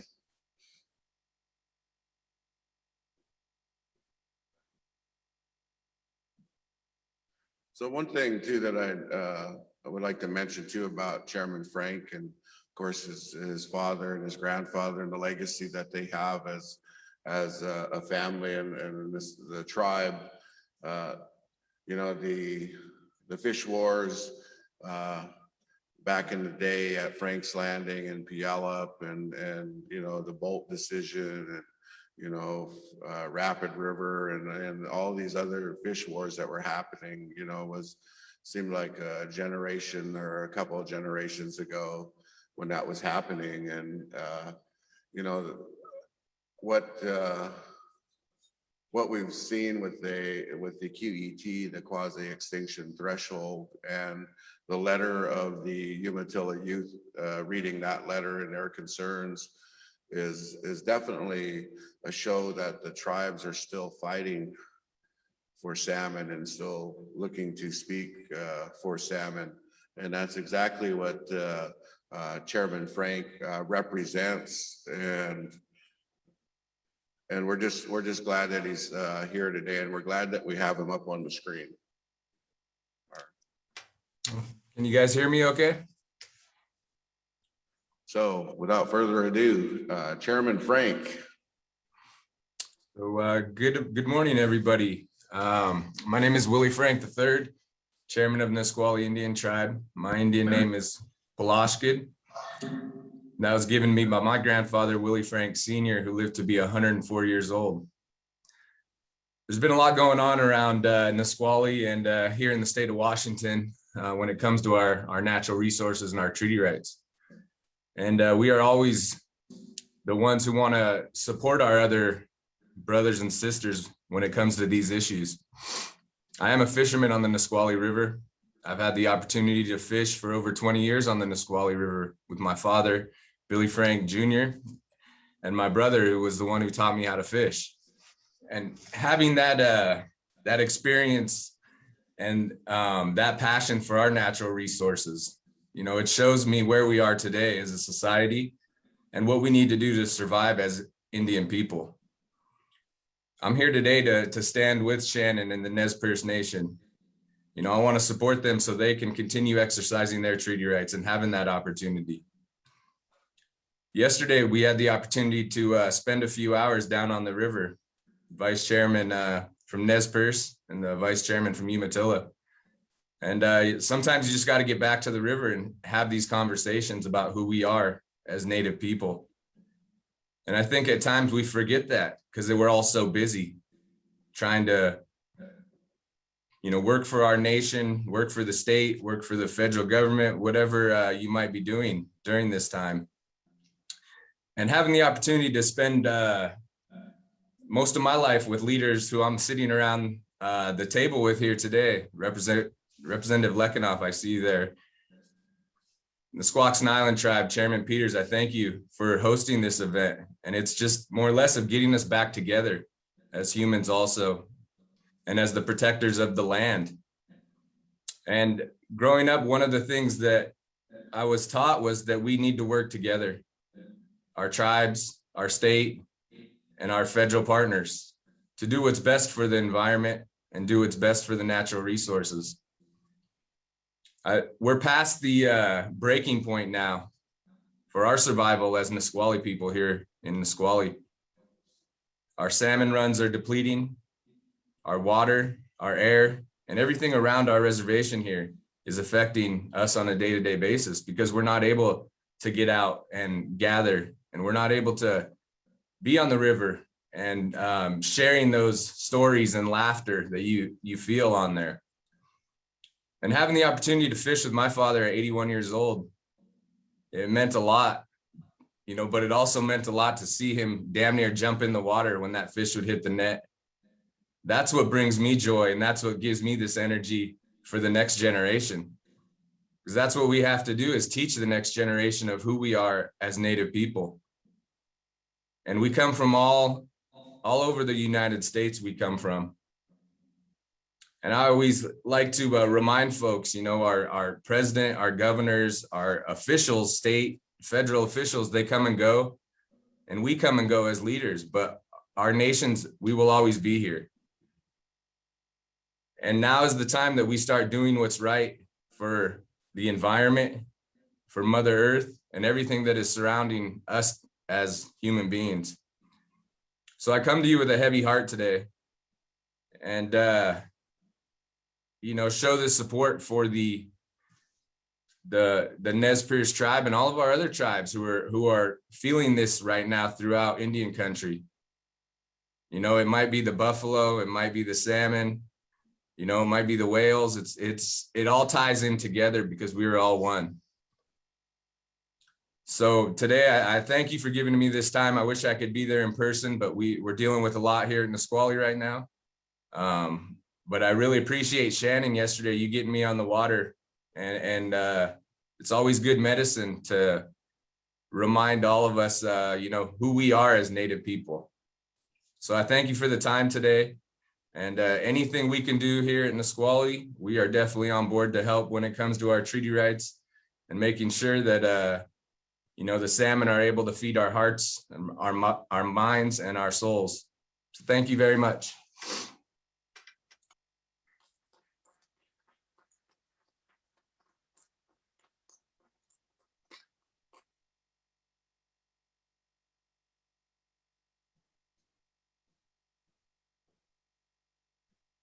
Well, thank you, Willie. That was Chairman Frank. That was an awesome time yesterday. Definitely appreciated that opportunity to actually go out on the Nisqually River and to sit there and just to get to the mouth of the Nisqually where it meets the Puget Sound and really see something that that I've never seen, but it's right in a metropolitan area. You wouldn't even realize that you were sitting in a metropolitan area, and that was just a unique and beautiful opportunity to share stories with Umatilla and Nisqually and ourselves that our stories are similar as we're beginning to find out as the next generation, as we share our stories with one another. That is I think the object for tribal unity is being able to share those stories, to see what other tribes are facing, and it's basically peering into the mirror at yourself as the things that they're facing as well, and with habitat and restoration and salmon issues and how that affects not only their diet, but it also affects their spirit, their song, their prayers, those things where you would spend your time with your family, as I'd mentioned yesterday, that they're hurting in the same way. We're all hurting in the same way, whether you're the Yakama Nation, Warm Springs, Umatilla, or Nez Perce, or you're the Lummi, Nisqually, Puyallup, Jamestown, S'Klallam, Suquamish, Quileute, Tahola, or Quinault, or you're the Shoshone Bannocks, the Coeur d'Alenes, the Shoshone Paiutes, the Colvilles, the Spokanes.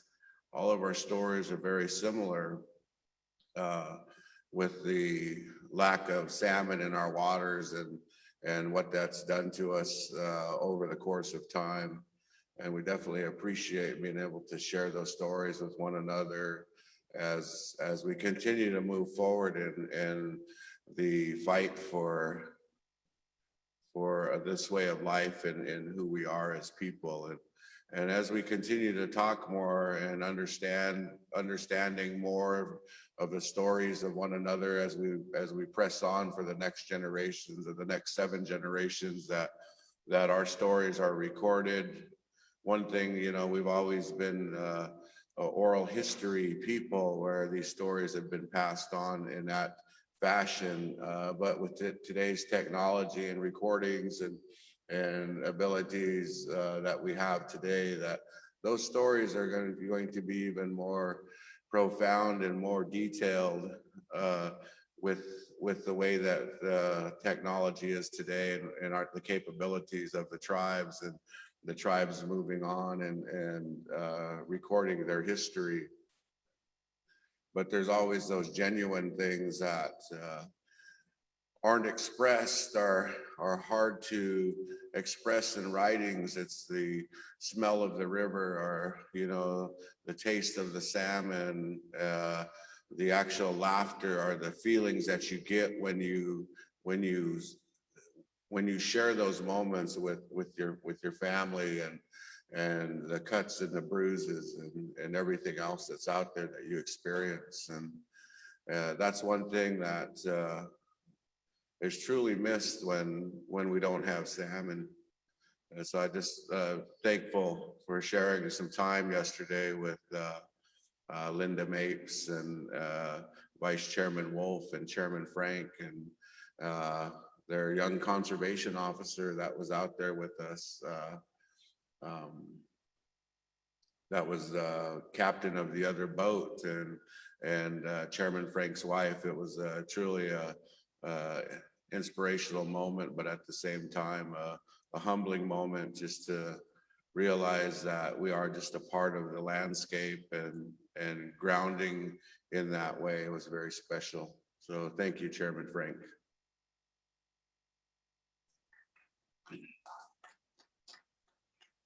So I do believe that we are going to, we have a video, okay? Hey, Shannon, Chairman Frank? real Okay. quick, I was just thinking, we always have to remember when the salmon are healthy, we are healthy as human beings. And, right now, we know that our salmon aren't healthy, and we see what's going on out there right now. And it's something that we really need to focus on and get back to. And hearing your words right there brought a lot to my attention, and just remembering a lot of the stories from, our elders that were passed on from generation to generation. And you're seeing this change right now with our elders who are moving on. And so it's up to us as the next generation to continue these stories and continue telling the truth about who we are as Native people. And it's going to take all of us in all of our areas to come together and really push to get people to understand the importance of the salmon, our treaty rights, and our culture and our way of life. So thank you very much. I thought I'd share that before I left. Thank you, Chairman.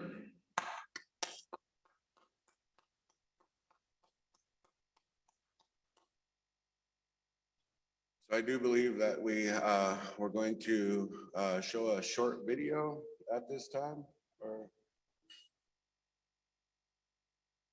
Okay, we have a video that has been made by the salmon people gathering, the setting sun. Yeah, so we'll pull that up now, and I don't know if Mr. Hiller is here, but we are going to show that now.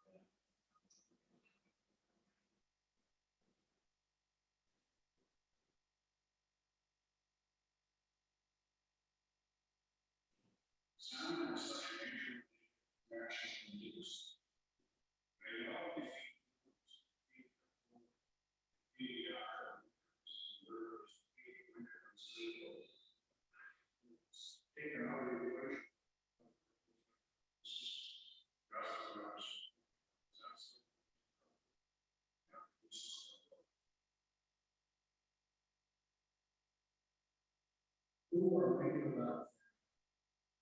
When we have big salmon.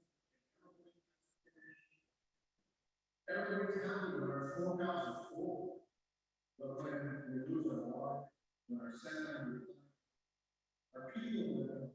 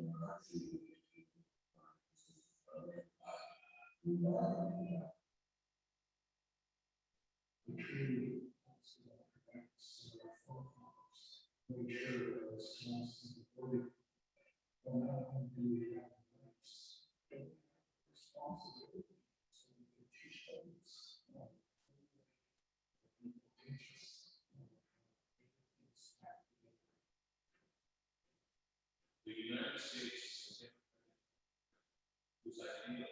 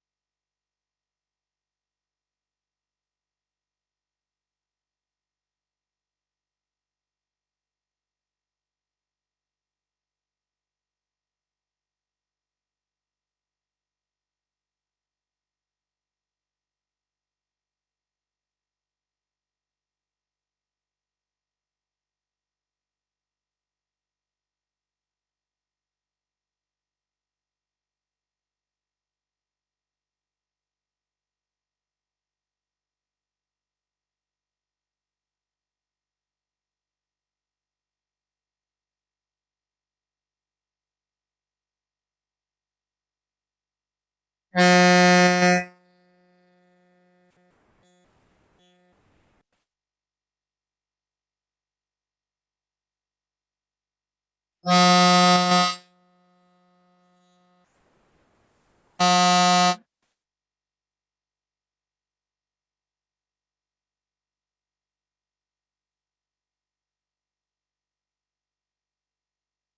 me?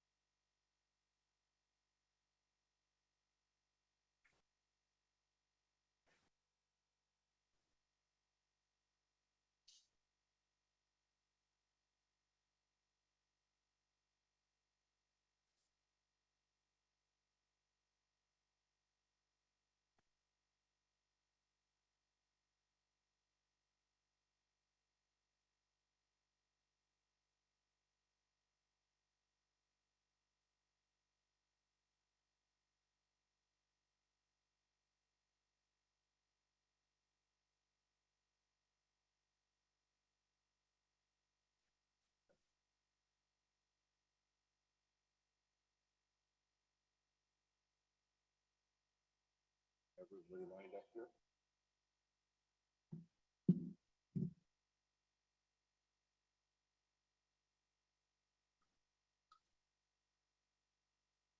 Well, good morning again, everyone.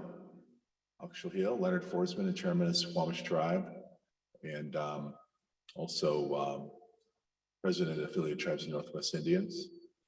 And I'd like to thank Joel Moffett, our Natural Resources Director at the Affiliate Tribes of Northwest Indians, for the work he's done on getting this resolution written and passed at our last virtual conference.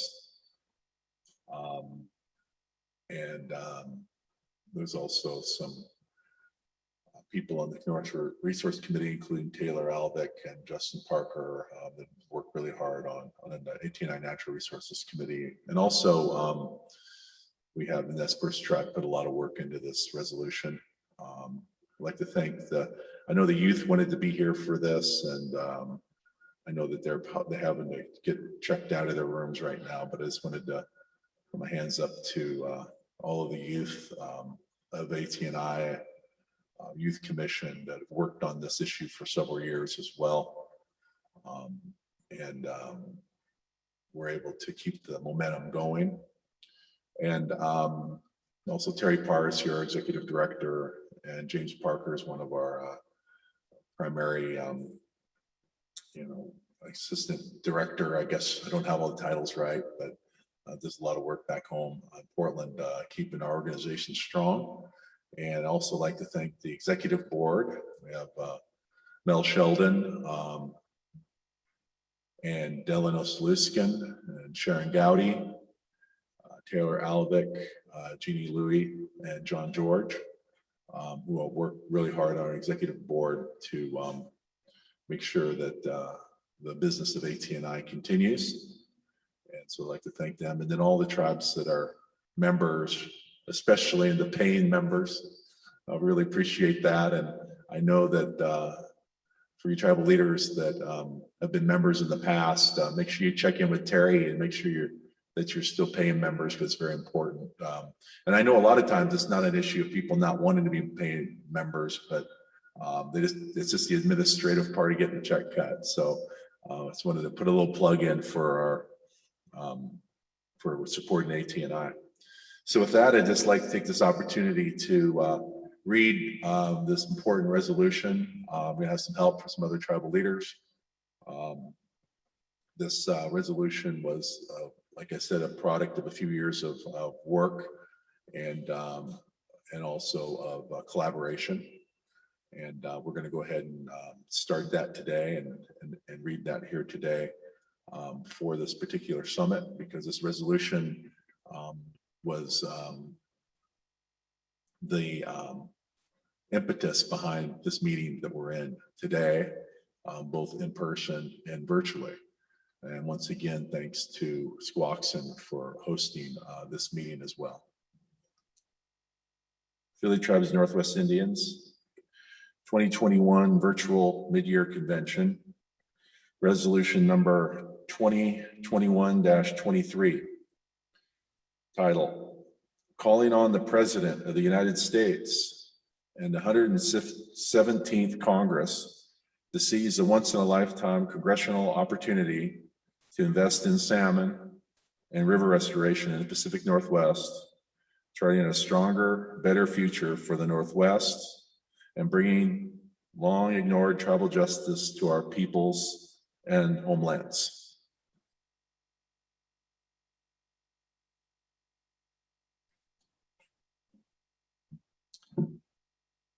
We, the members of the Affiliated Tribes of Northwest Indians of the United States, invoking the divine blessing of the Creator upon our efforts and purposes in order to preserve for ourselves and our descendants rights secured under Indian treaties, executive orders, and benefits to which we are entitled under the laws and Constitution of the United States and several states, to enlighten the public toward a better understanding of the Indian people, to preserve Indian cultural values and otherwise promote the welfare of the Indian people, to hereby establish and submit the following resolution. Whereas the Affiliated Tribes of Northwest Indians are representatives of and advocates for national, regional, and specific tribal concerns, and whereas AT&I is a regional organization comprised of American Indians, Alaska Natives, and tribes in the states of Washington, Idaho, Oregon, Montana, Nevada, Northern California, and Alaska. And whereas the health, safety, welfare, education, economic and employment opportunity, and preservation of cultural and natural resources are primary goals and objectives of Affiliated Tribes of Northwest Indians. And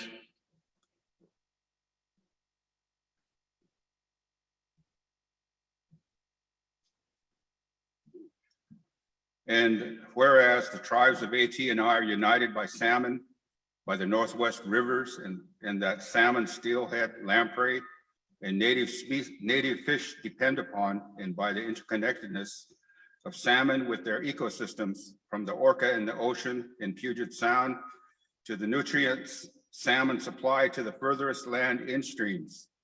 And whereas the United States used federal legislation and executive orders to take land from tribal peoples, and tribes ceded most of their land through treaties, but reserved certain rights to protect their cultural way of life.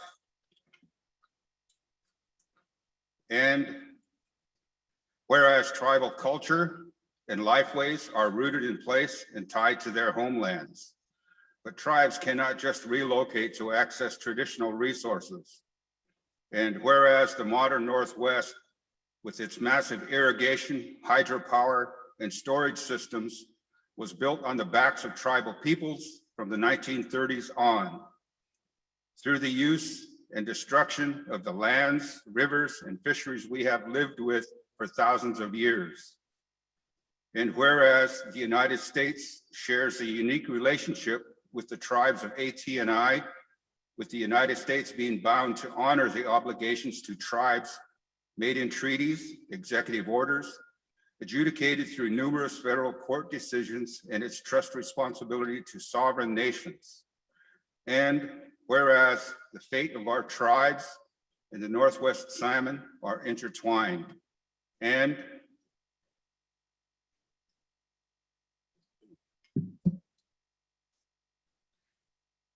whereas in the Columbia River Basin, the Northwest Power Act, in its promise of equitable treatment for energy and fish and wildlife, did prevent the Mid-Columbia Fall Chinook from being listed under the Endangered Species Act, but failed to prevent subsequent listings of salmon and steelhead under the ESA.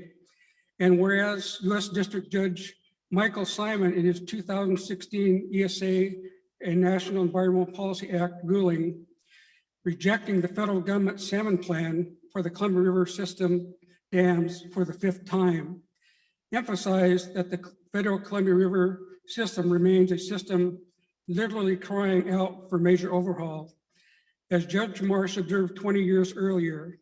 And whereas the prior administration's 2027 plans, in response to Judge Simon's ruling, the 2020 Columbia River System Environmental Impact Statement, biological opinion, and record of decision were politicized with election-driven timelines and used the prior administration's weakened NEPA and ESA regulations to justify flawed conclusions and attempt to lock in inadequate dam operations for the next 15 years.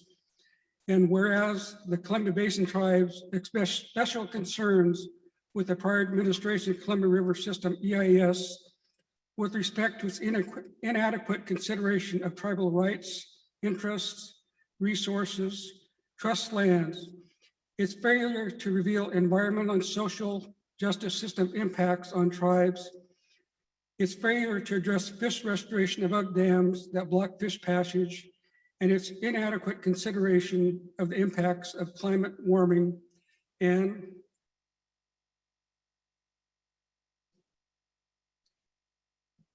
whereas the new administration and this 117th Congress face a once-in-a-lifetime opportunity, a historical legacy moment to secure congressional funding to invest in salmon recovery and river restoration throughout the Northwest.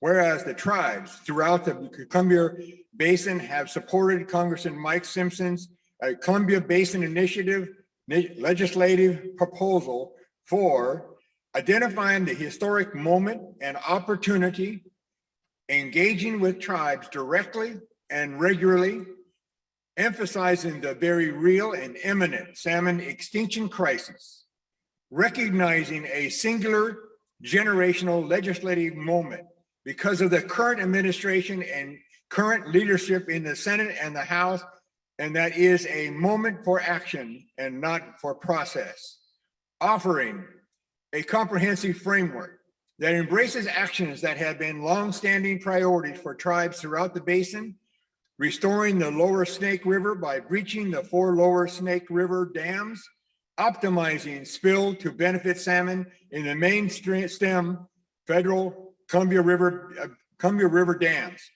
restoring salmon behind the blocked areas in the upper Columbia and upper Snake basins, and ensuring tribes and the state co-managers become responsible for implementing salmon restoration, offering a solution that invests in a stronger, better Northwest that goes beyond salmon, ensuring the communities impacted by river restorations are made whole, and in doing so, offering additional opportunities for tribes within their sectors from infrastructure and technology developments to energy production, highlighting that an interest-based solution will involve legal certainty, engaging in a bipartisan manner against the backdrop of these foundational elements, speaking the truth, that failure to act this critical historical moment will be looked back on as the tragedy of the extinction of Snake River salmon populations.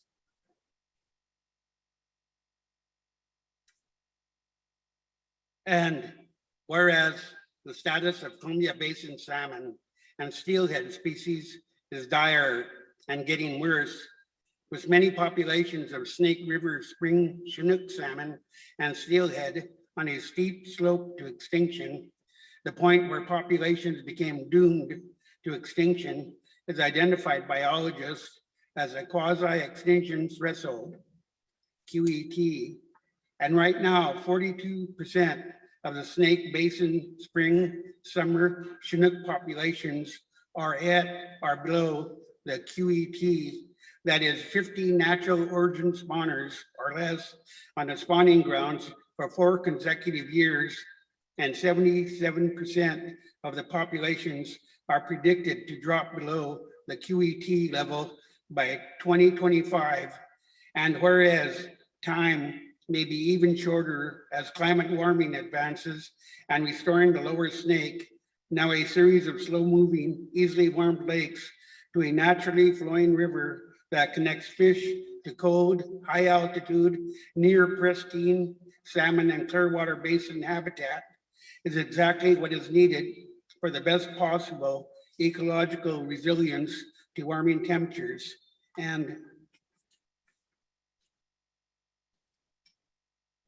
whereas tribal initiatives to restore salmon behind dams that block fish passage in the Upper Columbia and Upper Snake River have been limited by availability of funding and assertions of inadequate authorizations. And whereas on April 14th and 15th, 2021, the Columbia River tribes gathered and reached agreement on a set of common ground principles underlying their support for Congressman Simpson's Columbia Basin Initiative. The true wealth of our region begins with the health of our rivers, fish, and the ecosystems they support, which is our culture, history, and future. Agriculture is an important part of our region's economy.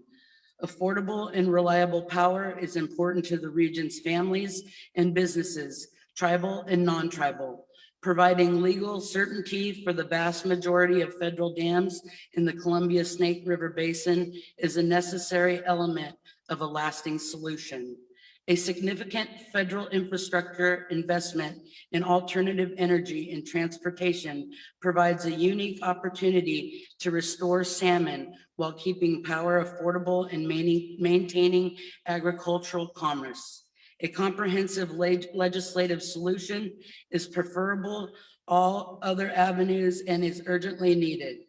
The time for action is now. The Columbia Basin cannot become another Klamath Basin crisis, and whereas the southern resident orcas of Puget Sound, being sacred to many Northwest tribes, are starving to death because of culverts and dams that block the impaired Chinook salmon migrations are limited the orca's food source. And Governor Inslee's Orca Recovery Task Force recommend, in addition to other dams and culverts, reviewing the need to breach the 4 lower Snake River dams to help recover the struggling Puget Sound orcas, which resulted in the lower Snake River Dam stakeholder engagement report and informed Washington state of management goals and principles for the Columbia and Snake Rivers. Protecting and restoring abundant harvestable salmon and steelhead and other native fish species, including contributing to the reliable source of prey for southern resident orcas. Honoring the tribal rights, including a future for salmon that supports tribal culture, spiritual, and economic needs.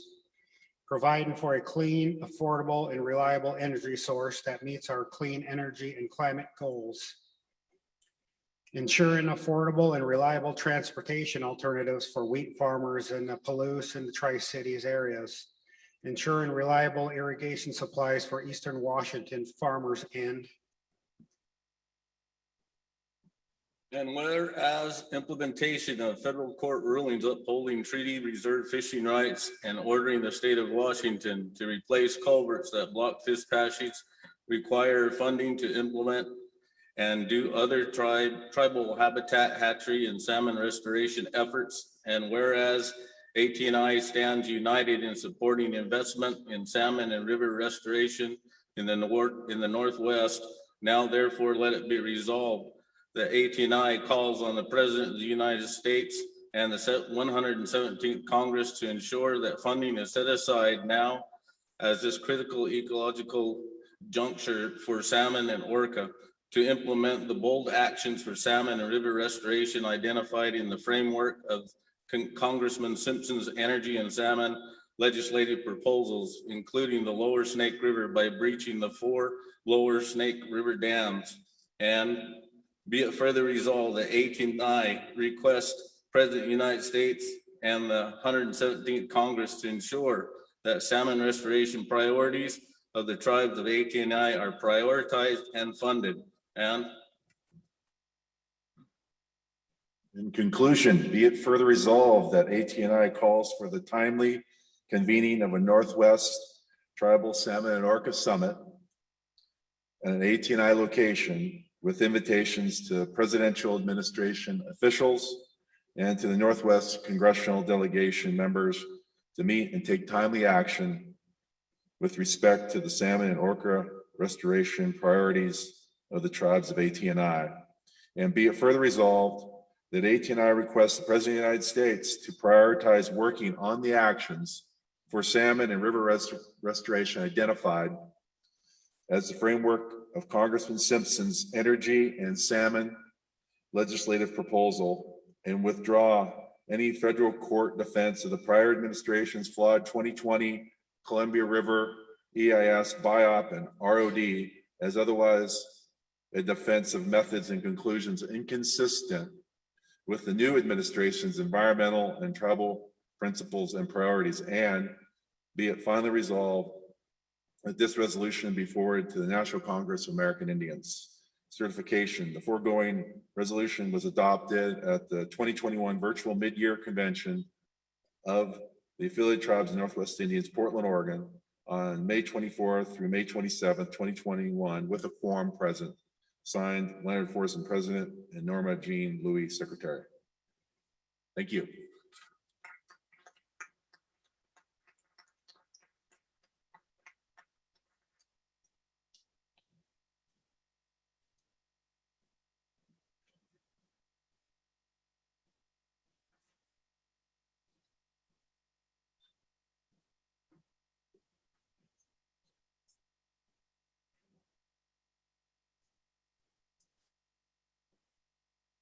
All right, we're getting right on track. This is great. So we do have our next presenter lined up, and I'm going to ask Leonard Forsman to come forward and introduce him.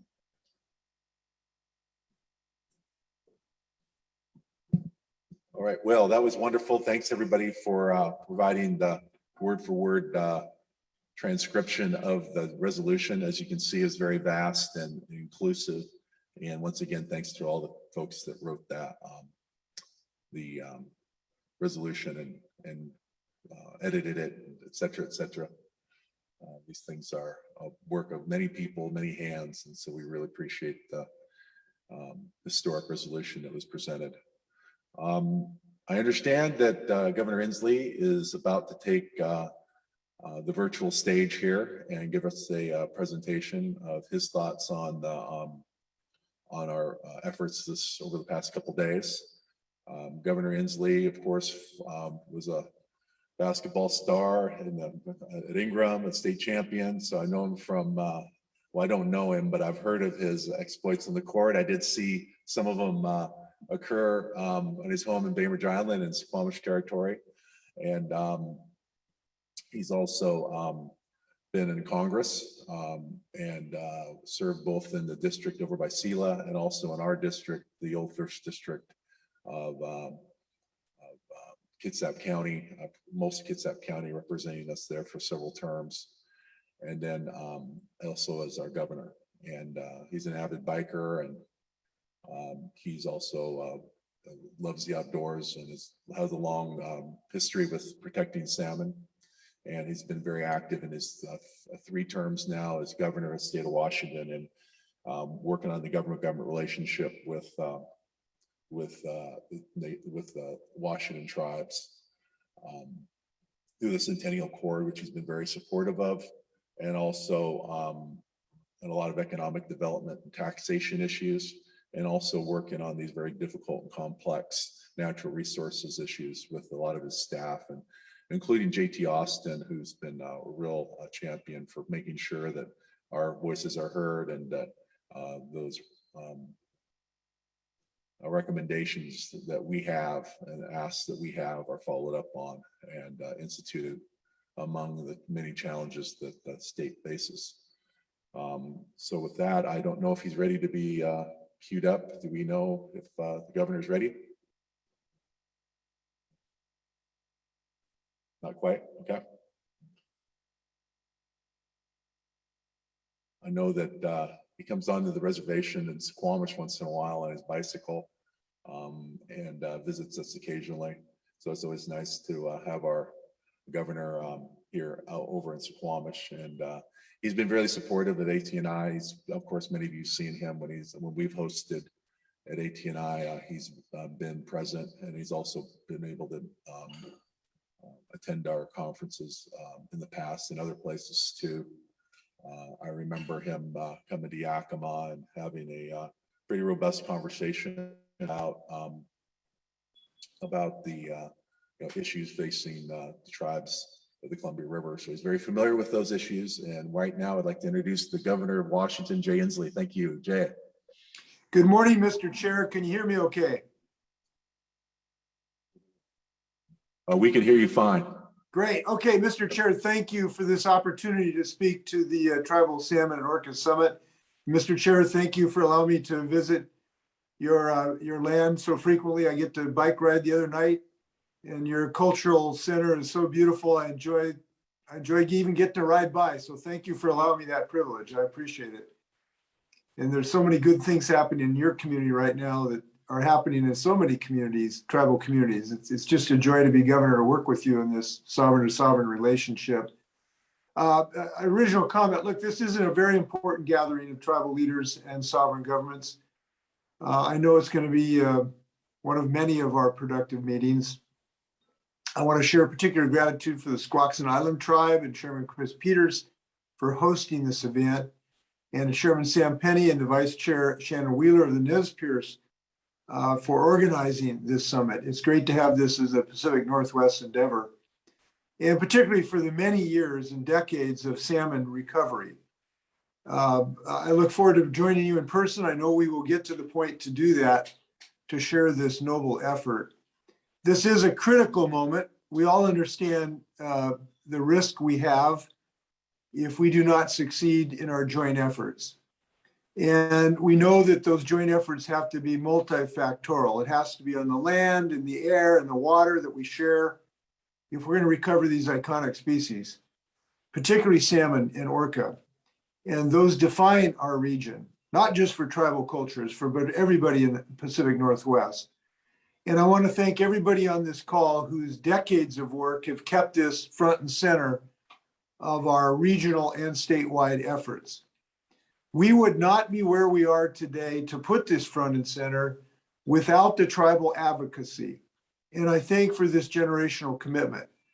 I know that when the tribes speak for their own people, they're speaking for their own people.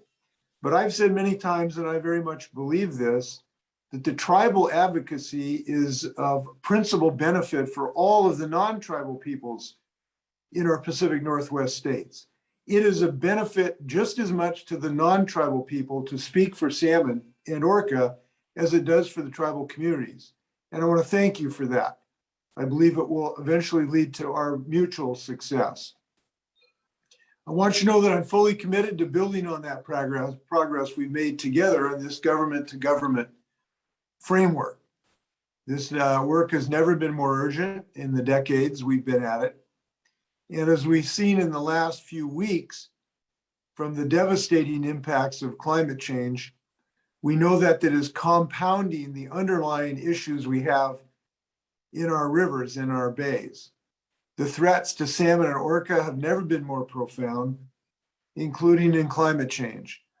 We know that we need to do so much work on our nearshore habitat and our river management systems.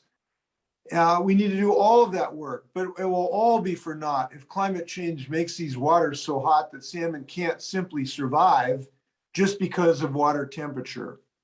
And I want to thank you for your efforts against climate change. As you know, we've taken some big steps in our state this year on our cap and invest bill and our clean fuel standard.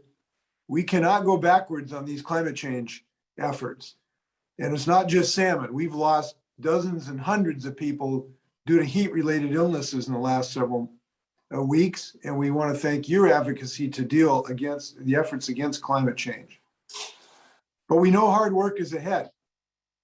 We need a clear, detailed, comprehensive plan that will address the needs of the entire Pacific Northwest region when it comes to salmon, and notably the communities that rely and are impacted by the lower Snake River dams. And second, we have to take action.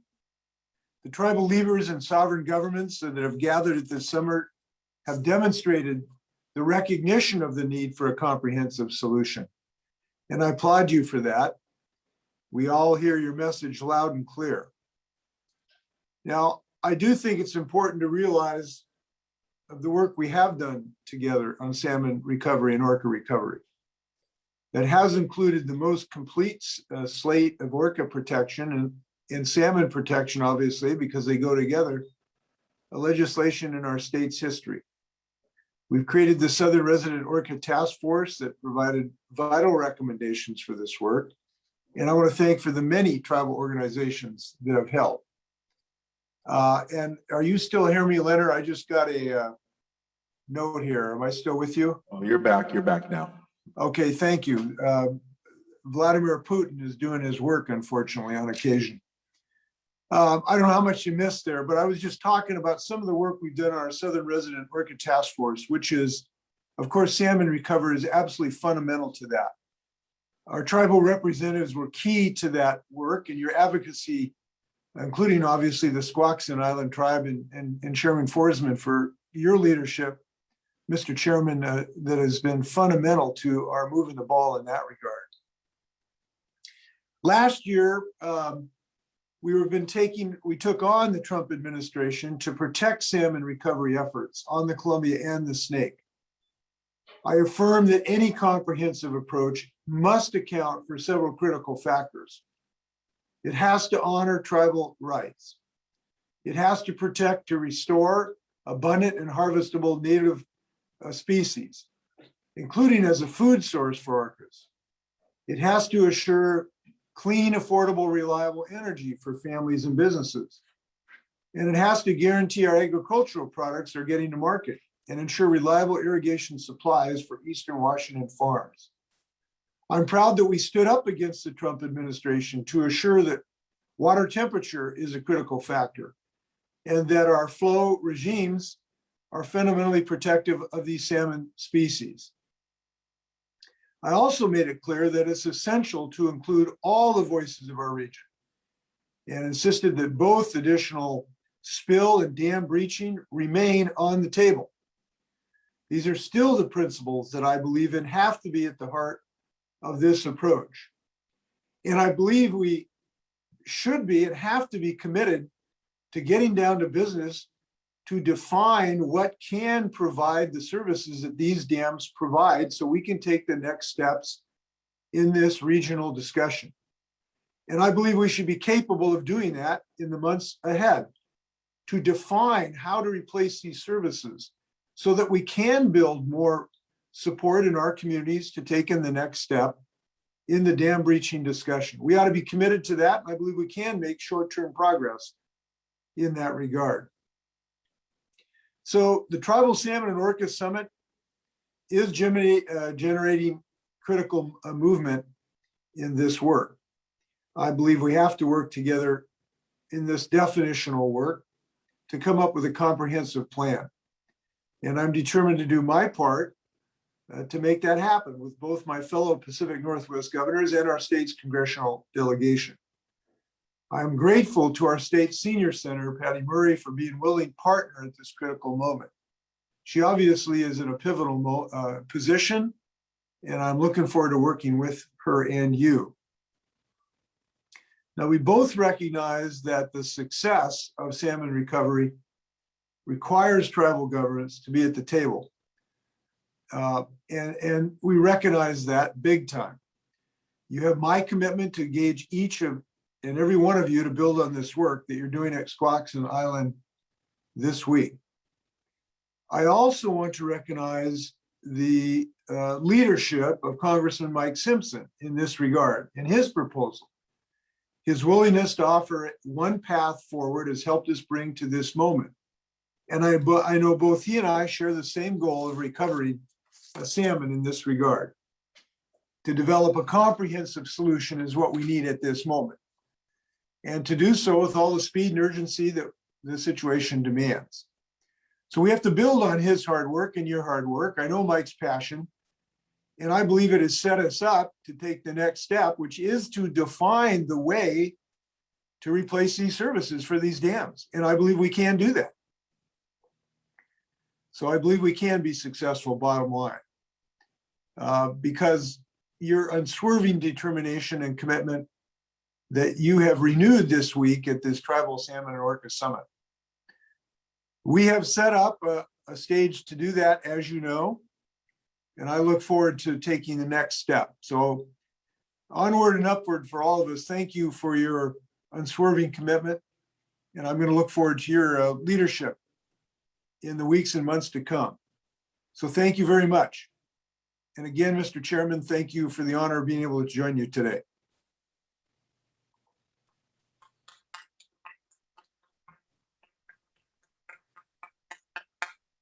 We really appreciate the governor coming in and speaking to us live. Is Craig still here? Craig Bill? Thanks, Craig. Craig Bill from the Governor's Office of Indian Affairs. Let's give a hand for Craig as well, for helping us with that. He's, I think it's very important that he did come in live and in person. And, you know, I think that he said some of the things that were said yesterday as well. So the one thing I appreciate about all the people in this room in the last couple of days, we've left no stone unturned. You know, there's things that are hard to, that are going to be hard challenges to come over, and that's some of the things that he mentioned. We had talked about them yesterday, and that was addressed in the Simpson plan in a number of ways. So, as we said, we need to know. You know, we have to have good scouting report, right? And when we're getting together, and you know, no sports analogy, but in a plan for addressing where our strengths and weaknesses are. So look forward to more conversations as we move forward. Thank you. Thanks, Mr. Chair. Oh, you're still here. Yes, thank you very much. I You're look forward to our welcome. next discussion. We should have daily discussions. Okay, we're looking forward to more discussions on all right, on our efforts. Thank you. Thank you.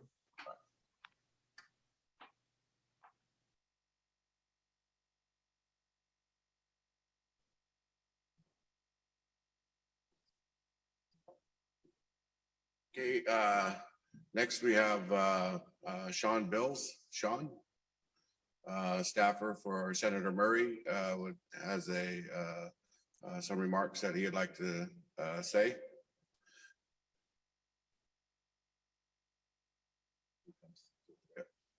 Here comes Sean.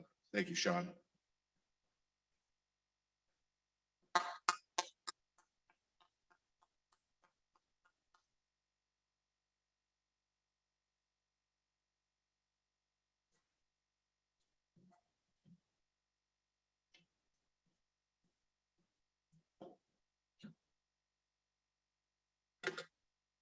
Thank you for asking me to provide brief comments here today at the Salmon and Orca Summit. And thank you to Chairman Peters and the Squaxin Island Tribe for hosting, to Chairman Forsman and ATNI, and to the Nez Perce Tribe for extending this invitation. I would also like to thank the Nez Perce and Chairman Penny and Vice Chairman Wheeler for the time they took meeting with me a couple weeks ago on their homelands to discuss this proposal and salmon recovery efforts on the Snake River, and to their staff as well, who gave so much time to me when I came out. So thank you so much for that. My name is Sean Bills, and I'm Senator Murray's State Director. While she was unable to attend today, she sends her warm regards and asked me to attend the summit in its entirety and report back to her. So I'm here to listen, learn, and share with Senator Murray. Trust me, I've taken copious notes. I know Senator Murray will appreciate hearing the testimony that was shared here yesterday and today. Senator Murray understands and respects the federal government's need to honor its treaty obligations, and in particular with the tribes of the Pacific Northwest. As co-managers of salmon stocks, you have unique perspectives on this critical topic, and she understands the power of your voice and counsel on these issues. Salmon recovery is near and dear to Senator Murray, and she also wants me to extend her gratitude to Representative Simpson, his staff, and others for the thoughtfulness he has put into his Columbia Basin Initiative and for his passion on salmon recovery, which was clearly displayed yesterday. She also wants to make clear that she understands the urgency of recovery efforts and the need to expeditiously take action. Along with Governor Inslee, Senator Murray will work with the Pacific Northwest Congressional Delegation and leaders throughout the region to prepare next steps. As part of that preparation, she felt it was important to receive the comments, thoughts, and feedbacks from the tribes gathered here today. This summit has demonstrated there is energy, commitment, and dedication to tackling a complex problem. Senator Murray, along with Governor Inslee, jointly issued a statement saying that now is the time to work together to advance salmon recovery and take head on the challenge of the Snake River dams by taking, as they said, all options into consideration, including the potential breaching of the lower 4 Snake River dams, and that a comprehensive plan must be accomplished as quickly as possible to restore our salmon runs. So again, I'm here to listen, learn, and report back to Senator Murray, and it's been an honor to participate in this historic summit. Thank you very much.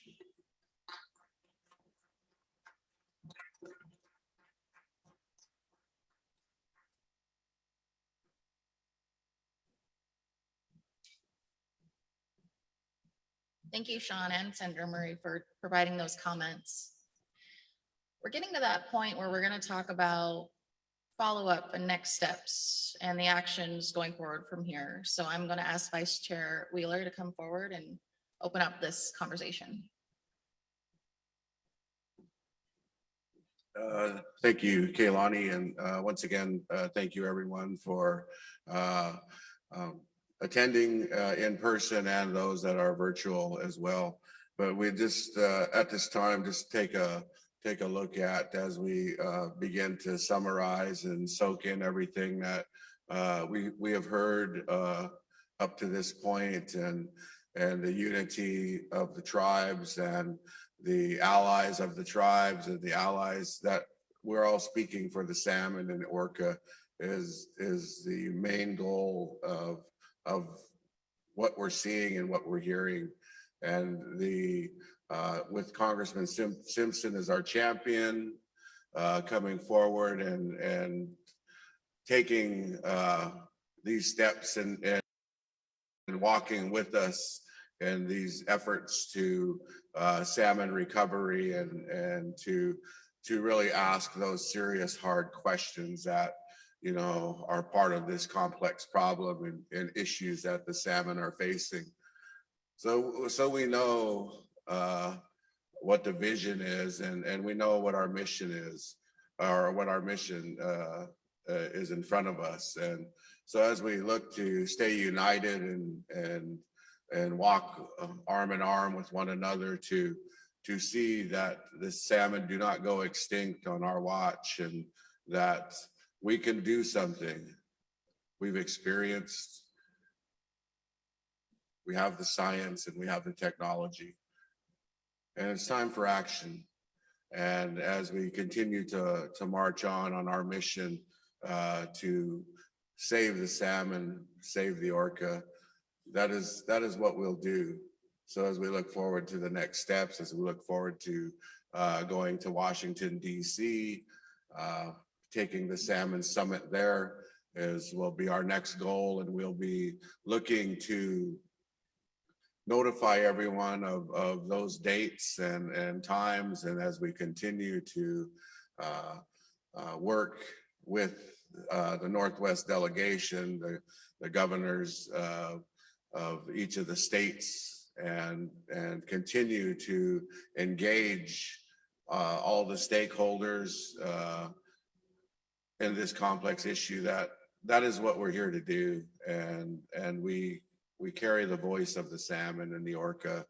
And I'm so glad that everyone is in attendance, and those that are in the virtual world attending. We thank all of you, and we look forward to getting to the next step and starting to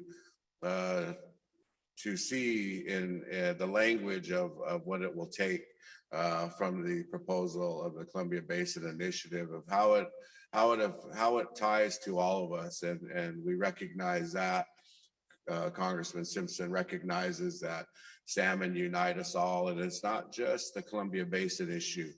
but it's also a Salish Sea issue as well, and the other tribes of the Pacific Northwest that, you know, it's time that the tribes get the help that we need to help the salmon and help the orca. So I definitely appreciate everyone for being here and joining us, as well as a lot of the people that have been texting Representative Lekanoff from the state of Washington, knowing that the state legislators are willing to join and to help and to be a part of this conversation as well.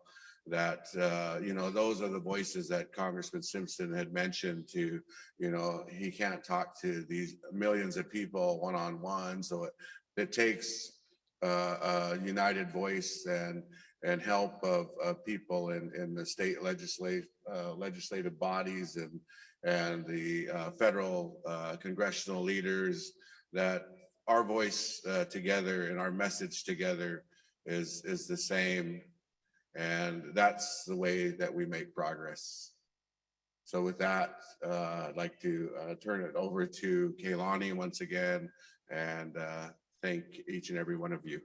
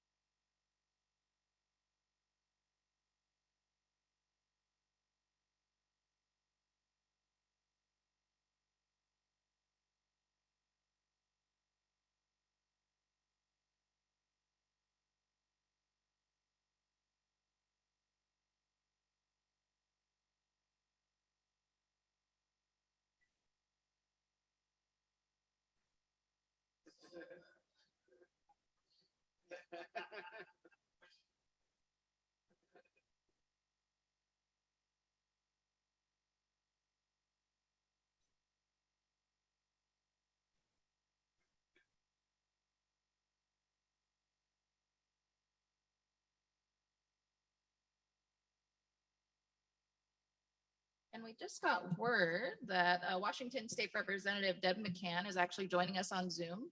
So we're actually going to turn it over to her for just a couple minutes and let her provide a few words.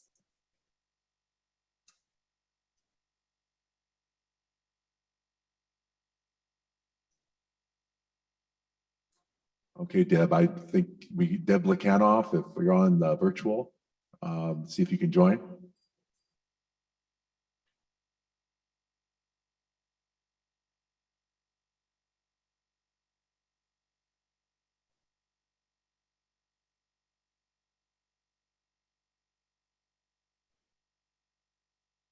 Hi, this is Representative Deborah Lekanoff. It's wonderful to be here today. What powerful speakers, Vice Chairman Wheeler, the opportunity that you had to walk along the Squally shorelines with Chairman Frank is really quite an opportunity. To be able to walk across the Squally shorelines on the rivers where Willie's grandfather and our beloved Billy Frank walked is quite an honorable moment. And I believe I speak for many of our attendees here today. We appreciate the voices that have been brought forth. You know, as the only Native American woman to sit in the Washington State Legislature, I've joined Governor Inslee in this messaging of creating a comprehensive plan that really reflects the treaty rights of our friends, our relatives in the Columbia River, but also reaching out to salmon recovery, to our brothers and sisters out on the ocean side, to our brothers and sisters to the north of us up in the Puget Sound and to the South Puget Sound. This is a holistic approach to recover salmon in the Pacific Northwest. Many of you know I'm just this young girl coming from the shorelines of Yakutat up in Southeast Alaska. When I came to Washington State almost 20 years ago, I looked to the tribal leaders and I said, where are your salmon? Where are your hooligans? Where's your seaweed? Where's your clams? Do you eat halibut cheeks? Where are your berries? Do you all have salmon berries? I, coming from the shorelines of Alaska, knew that when the tide was out, the table was set. I cried with tribal leaders as they told me our salmon is gone. There's only one river in the lower 48 that produces all 5 species of salmon. wild salmon. And Deborah, you live on that river in the Skagit Valley. I learned from tribal leaders of Ron Allen, of Jimmy Wilson from Lummi. I've listened to Chairman Clattisby for many years. I've sat with Billy Frank Jr. These are the mentors that created who this Alaskan girl is from Southeast Alaska. I have listened to Randy Kinley, who reminded me, the late Lummi leader, that as Chairman Willie Frank said, if you have a healthy salmon, you have a healthy people, you have a healthy economy, you have healthy social structure. Your people in Washington State and in the Pacific Northwest will thrive if you have a healthy salmon. I joined Governor Inslee, I joined Senator Murray, Senator Cantwell, our Washington delegation or Northwest delegation. I reach to my brothers and sisters to the north of Alaska and say, we all love the salmon. We all need the salmon to sustain who we are as the Native American people of this great nation. Thank you so much for asking me to share just a few words of encouragement. We're all in this together. Thank you to Billy Frank for being a teacher to me. Thank you to Chairman Forsman. Thank you to Vice Chairman Wheeler for your strength, your power, and your courage. And let's create this comprehensive plan that benefits and protects salmon for all people. I turn this great meeting back over to you, Mr. Chairman. Thank you, Deb. You always be Deb to us. And thank you for all the hard work you do in the legislature. We know we can rely on you for any work that we need done in Olympia. And with your partnership with the governor's office, we can look forward. We've already done a lot of good work on salmon recovery, and we look forward to more. Thank you. Vice Chair.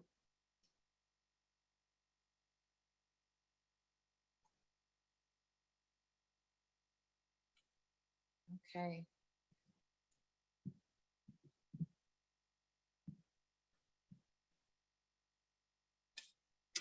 Okay, one item I wanted to note earlier, we had a little bit of a technical difficulty with, but the Umatilla youth that wrote the letter actually currently have an electronic petition going on. If you visit change.org and search Umatilla, it pops up pretty quickly. They are looking to get 15,000 signatures. At this point, they are at 10,672. You can go on there and sign the petition. It doesn't take long at all. And that shows your support in standing with those youth and their letter getting to the Biden administration. We're going to move on into hearing from our witnesses and hearing their testimonies. I'd first like to call up Sylvia Miller to provide her witness statement.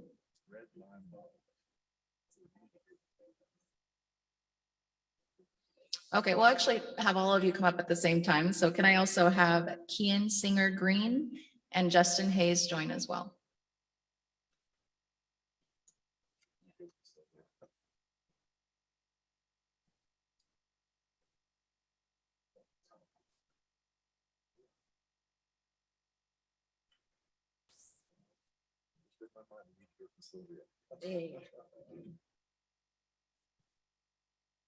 Hach Lahil.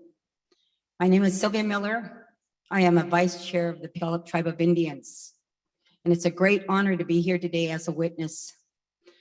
I'd like to say that I've been on council for 21 years. You may be asking why the Puyallup Tribe is at this summit.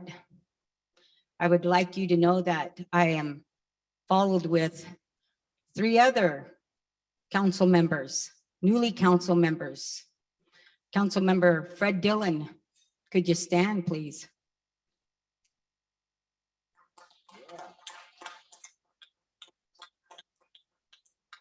Councilmember Monica Miller, my younger sister.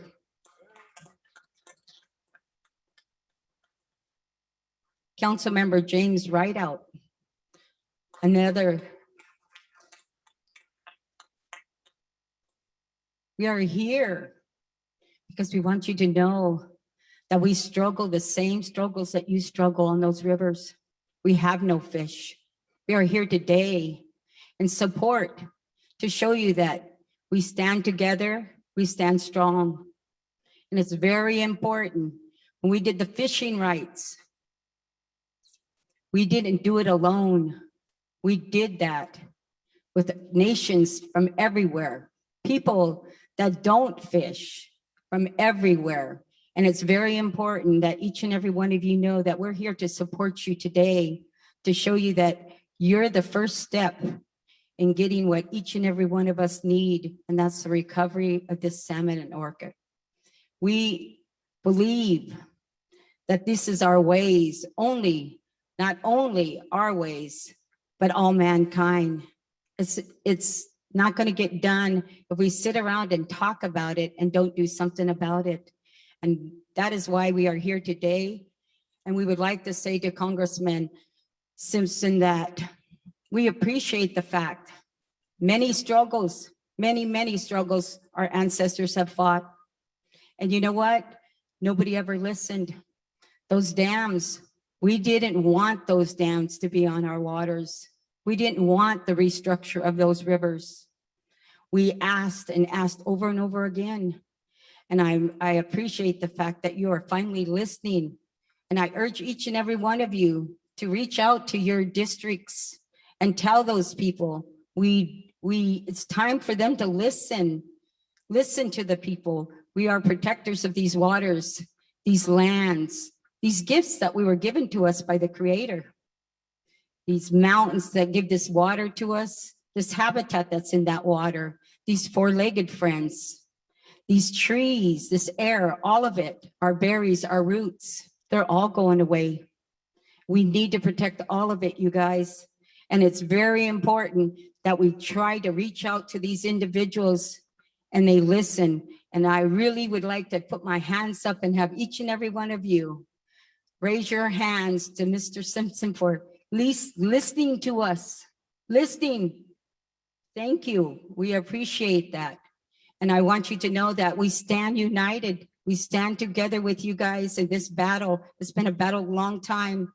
These are struggles that we've been fighting for a long time. Our people, our ancestors did many other struggles. I sit back and think about all the struggles that they have gone through, being taken off our reservations and then putting back on where they're, and telling us we have to stay on these reservations.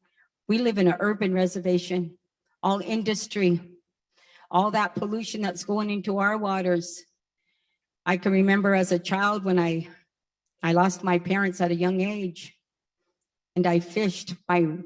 My elders had to teach me how to fish on those rivers. And I'll tell you, now we have a fishing for our elders.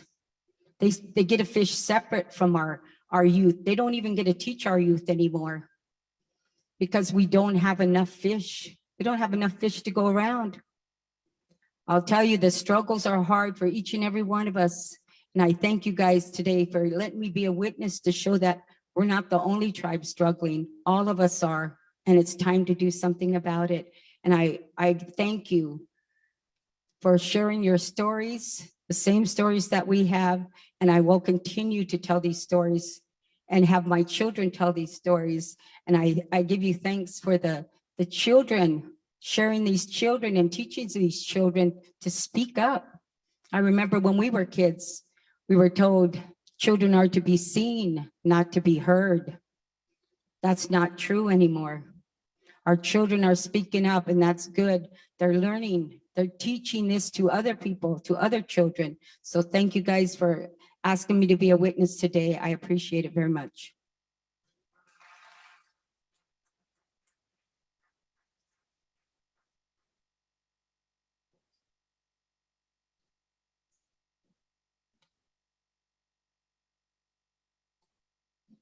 Thank you. My name is Justin Hayes.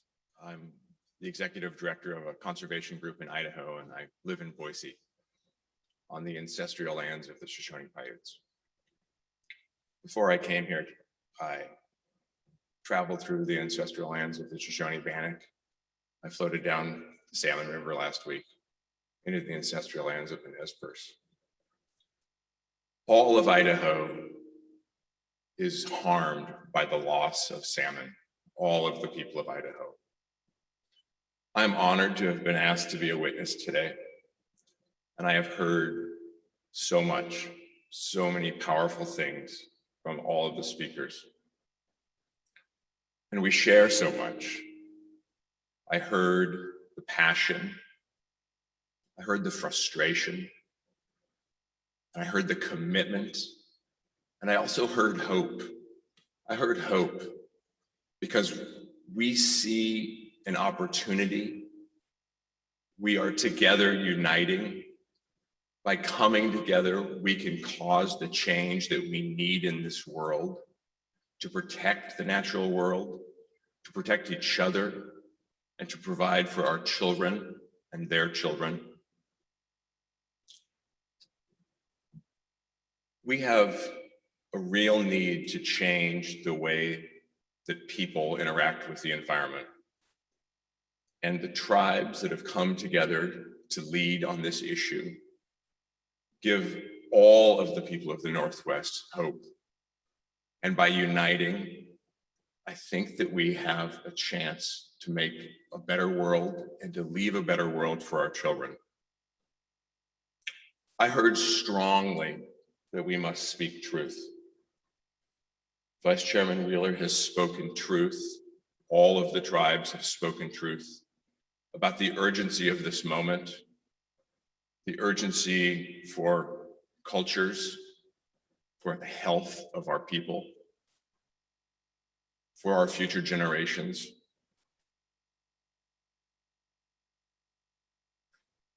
And I've also heard that it is not simply about pitting interests against each other. So many have suffered in this region, and so many are not whole now. But as we look for opportunities to work together to make everyone whole, many who have not been whole for generations, I see the passion and compassion that we have for each other and the desire for a better future. I want to thank the leadership of all of the tribes who are here, and those who couldn't attend but are here virtually, and the people across this great region. Thank you for allowing me to be here today and for allowing me to bear witness and offer testimony. And I would just close in saying, we do all need to speak our truth. We do all need to unite, and we do all need to take action. I heard passionate words that enough words have been spoken. We need to take action and we need to work together. Thank you.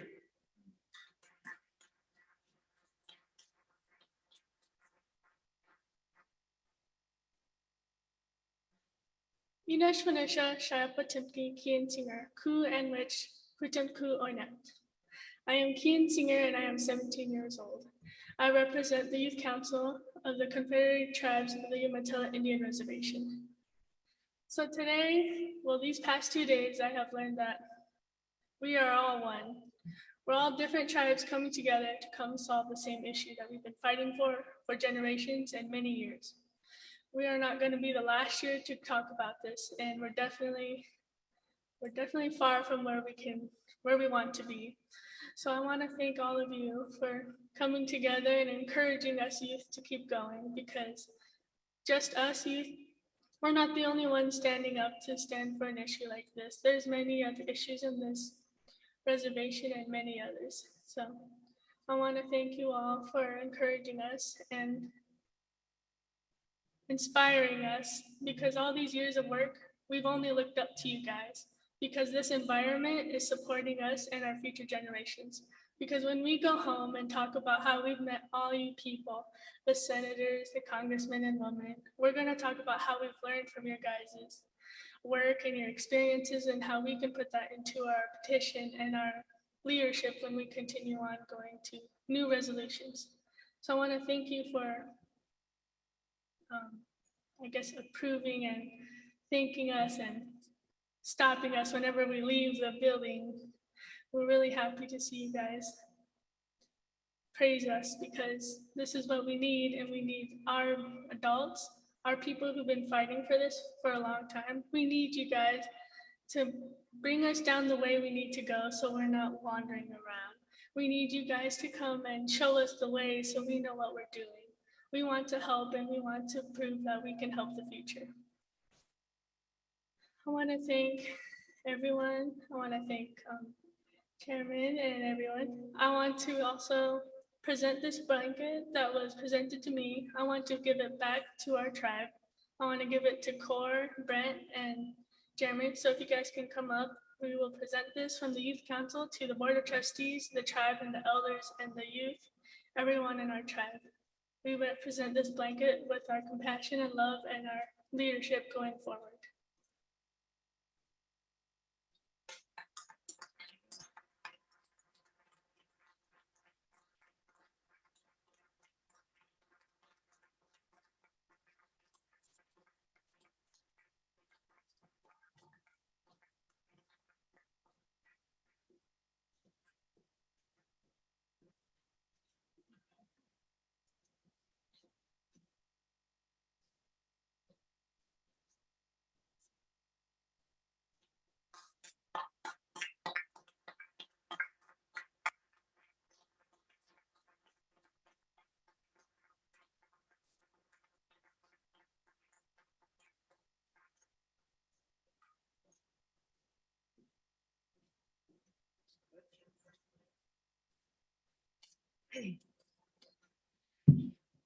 My name is Corinne Sands, and I'm a Board of Trustees member for the Confederated Tribes, the Umatilla Indian Reservation. And I just want to say to the members of our Youth Council and their fearless leader, Julie Taylor, and their chaperone, that I'm extremely proud and share their love for their people and the love for the salmon and the message that they've sent here this last 2 days. And I was thankful to be a part of this summit and thankful to be a part of the community that serve these youth. And hopefully one day they will be in my place. And so thank you all, and had a great summit.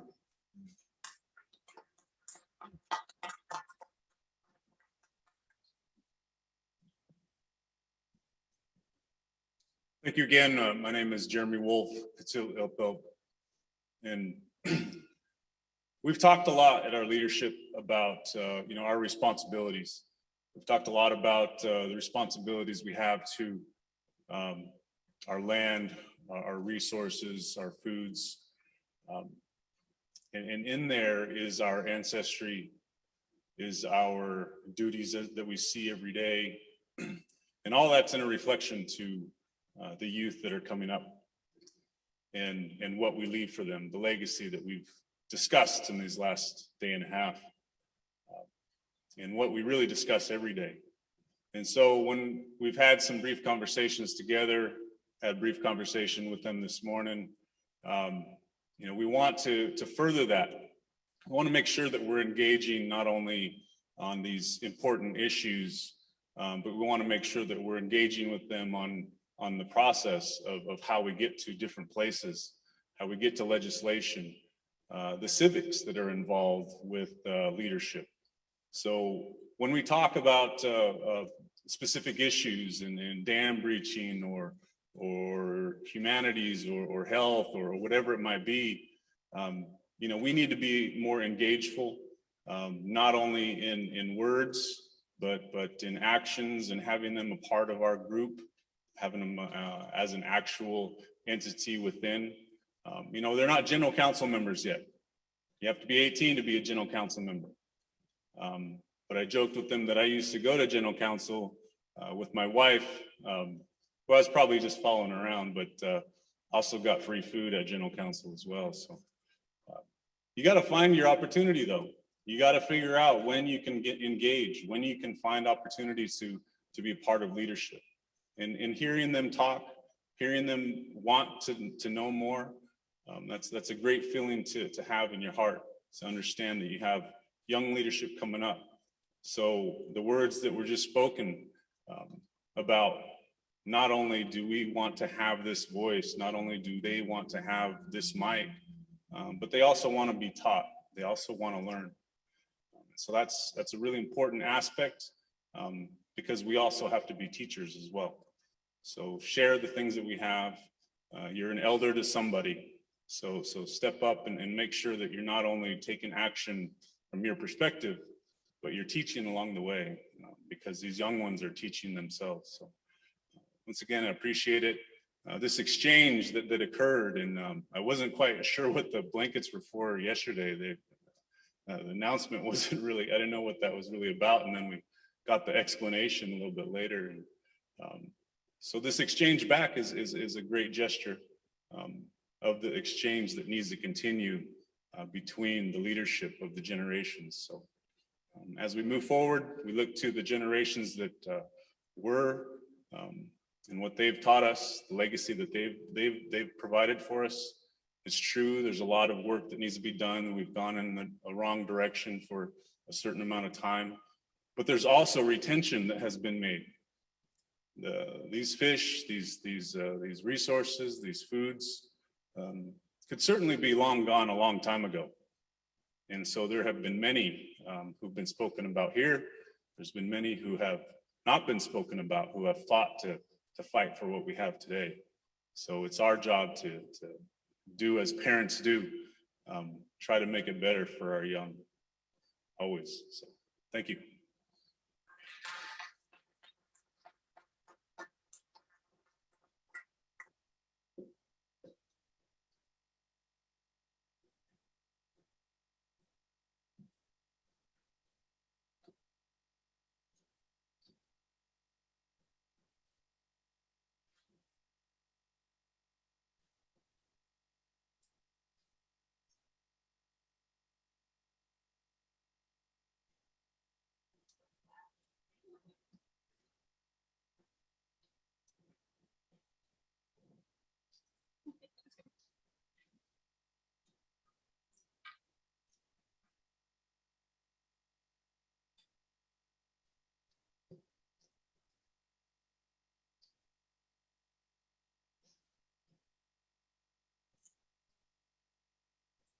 Up next, Representative Mike Simpson has asked to provide a few closing words before we finally wrap it up. So I would like to invite him to the podium.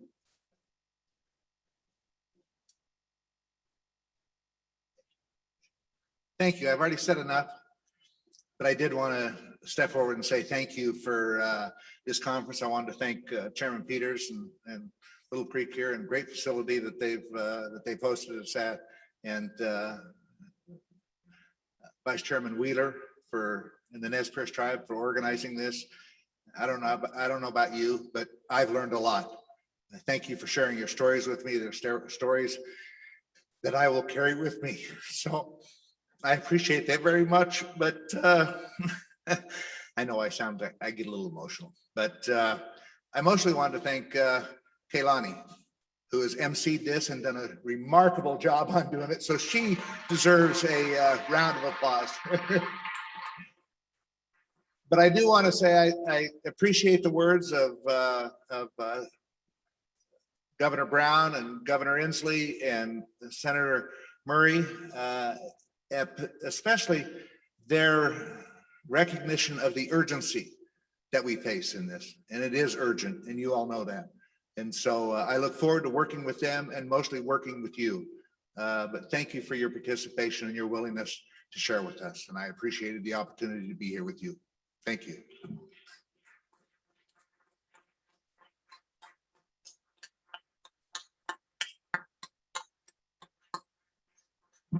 And before you get too far, Representative Simpson, I know that you are unable to accept gifts. However, on behalf of the Nez Perce tribe, we would like to present you with a Nez Perce Pendleton blanket to put on display in your office.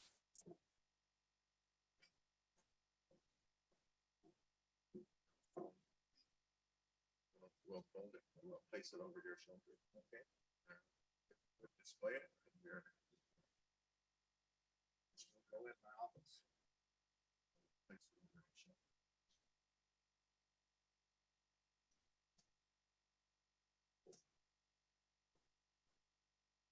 Thank you. Congressman Simpson. Thank you.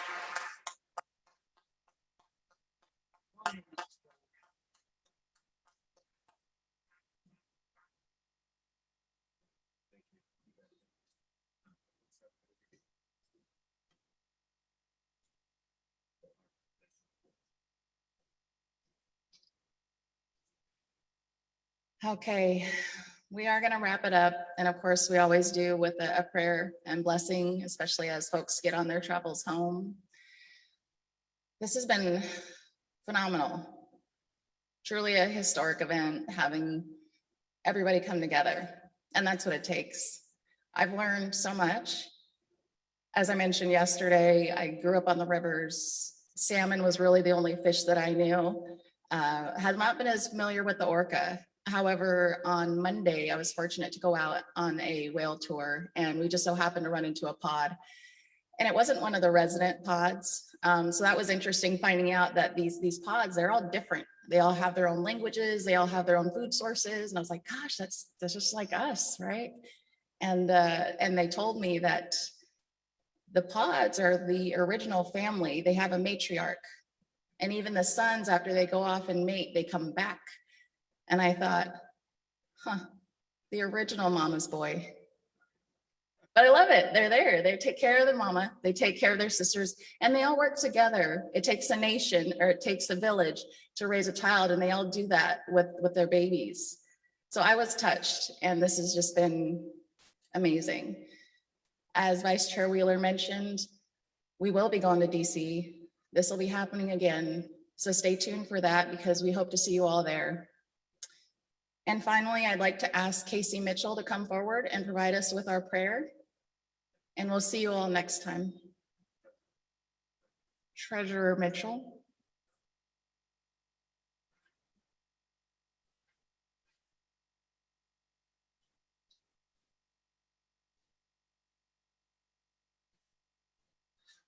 Thank you, Kaylani. She mentioned my name is Casey Mitchell. I serve as the treasurer for the Nez Perce Tribal Executive Committee. Inamaniquas, we add to Natua Hiked. My Nimipu name is Sun Necklace. And I just want to say before I start the prayer that I appreciate everyone taking the time out of their lives to be here today. Each one of you have brought medicine to this place. And I want to thank the host as well, because there is strong medicine here that we've come to. And each one of us have brought our own medicine from where we come from to make this a strong stand, to make these words that we say strong, the actions that we take strong. So I just want to say katsiaya and thank you for each one of you being here today. I'm honored to say the prayer to send you all home, because that's really important in not only our way of life, but I think everyone's way of life, that we say our prayers to ensure that we have a safe trip home, and our families and homes are just as we left them. And you know, I learned a lot here today in the summit, and you know, my father passed away a few years ago, and he was, even before I was on council, he used to tell me that, you know, the Native people, they need to come together. And I see that today. And this medicine bag that I wear used to be his. And so he's always with me, and I always hear his words, and his strength is always with me. And you know, I was honored to be his son. And the words that he says, I carry with me, not only as a council member, but as a tribal member and a community member as well. So with that, I just want to say a prayer, and then I'll sing a short song. And the song that I'm going to sing is it's a traveling song that we sing after celebrations, like after powwows, ceremonies. And it's a song that that helps you carry what you have learned from where you was at, whether it be a celebration. And in this case, we want to carry all the words and strong passion that we heard from each and all the speakers today, that we carry that with us in our hearts and in our minds, so that we don't lose this passion, we don't lose this strength that we have together in moving forward with the salmon and orca, with saving the salmon and orca.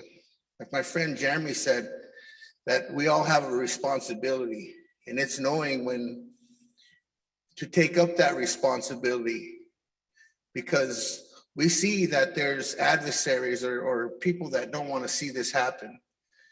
And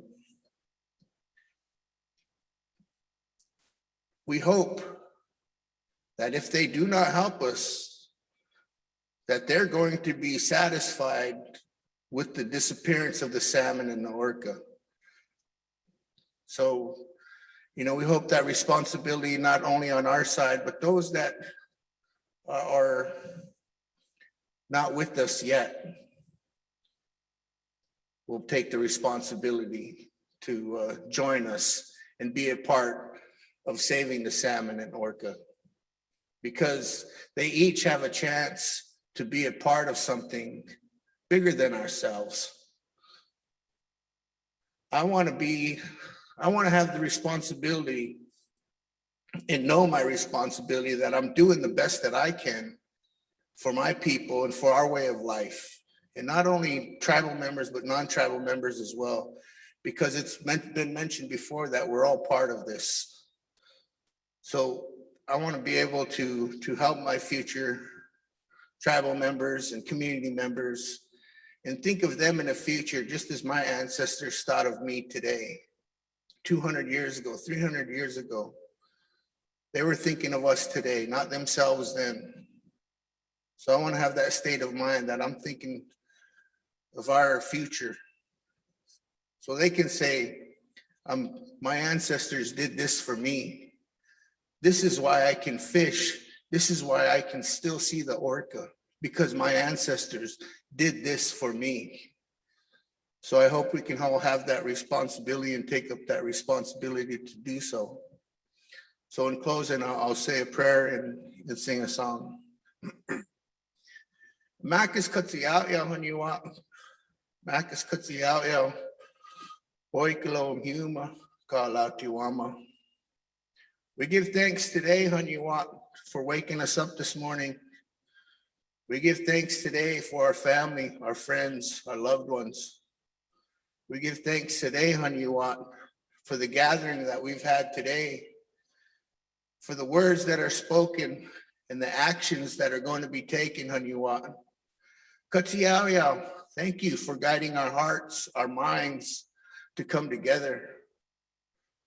I want to give a blessing, Haniwa, to everybody that's here today and their families back home, and give safe travels to all, that their families and their friends and their houses are just as they left them when they came here. And that we look to the future, Haniwa, with your guidance to take action, to follow our hearts, to follow our passion of what we gathered here today. Katsiao haniwa, katsiao, Mac is katsiao.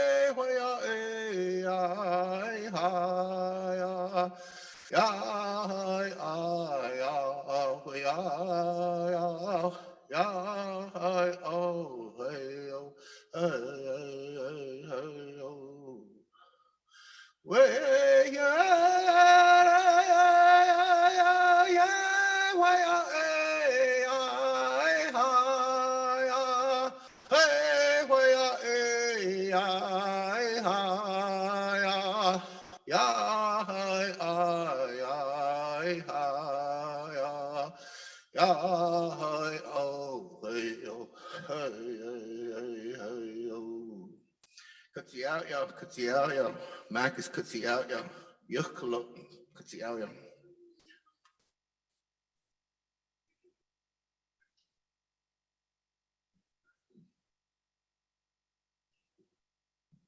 Thank you, everyone. Safe travels.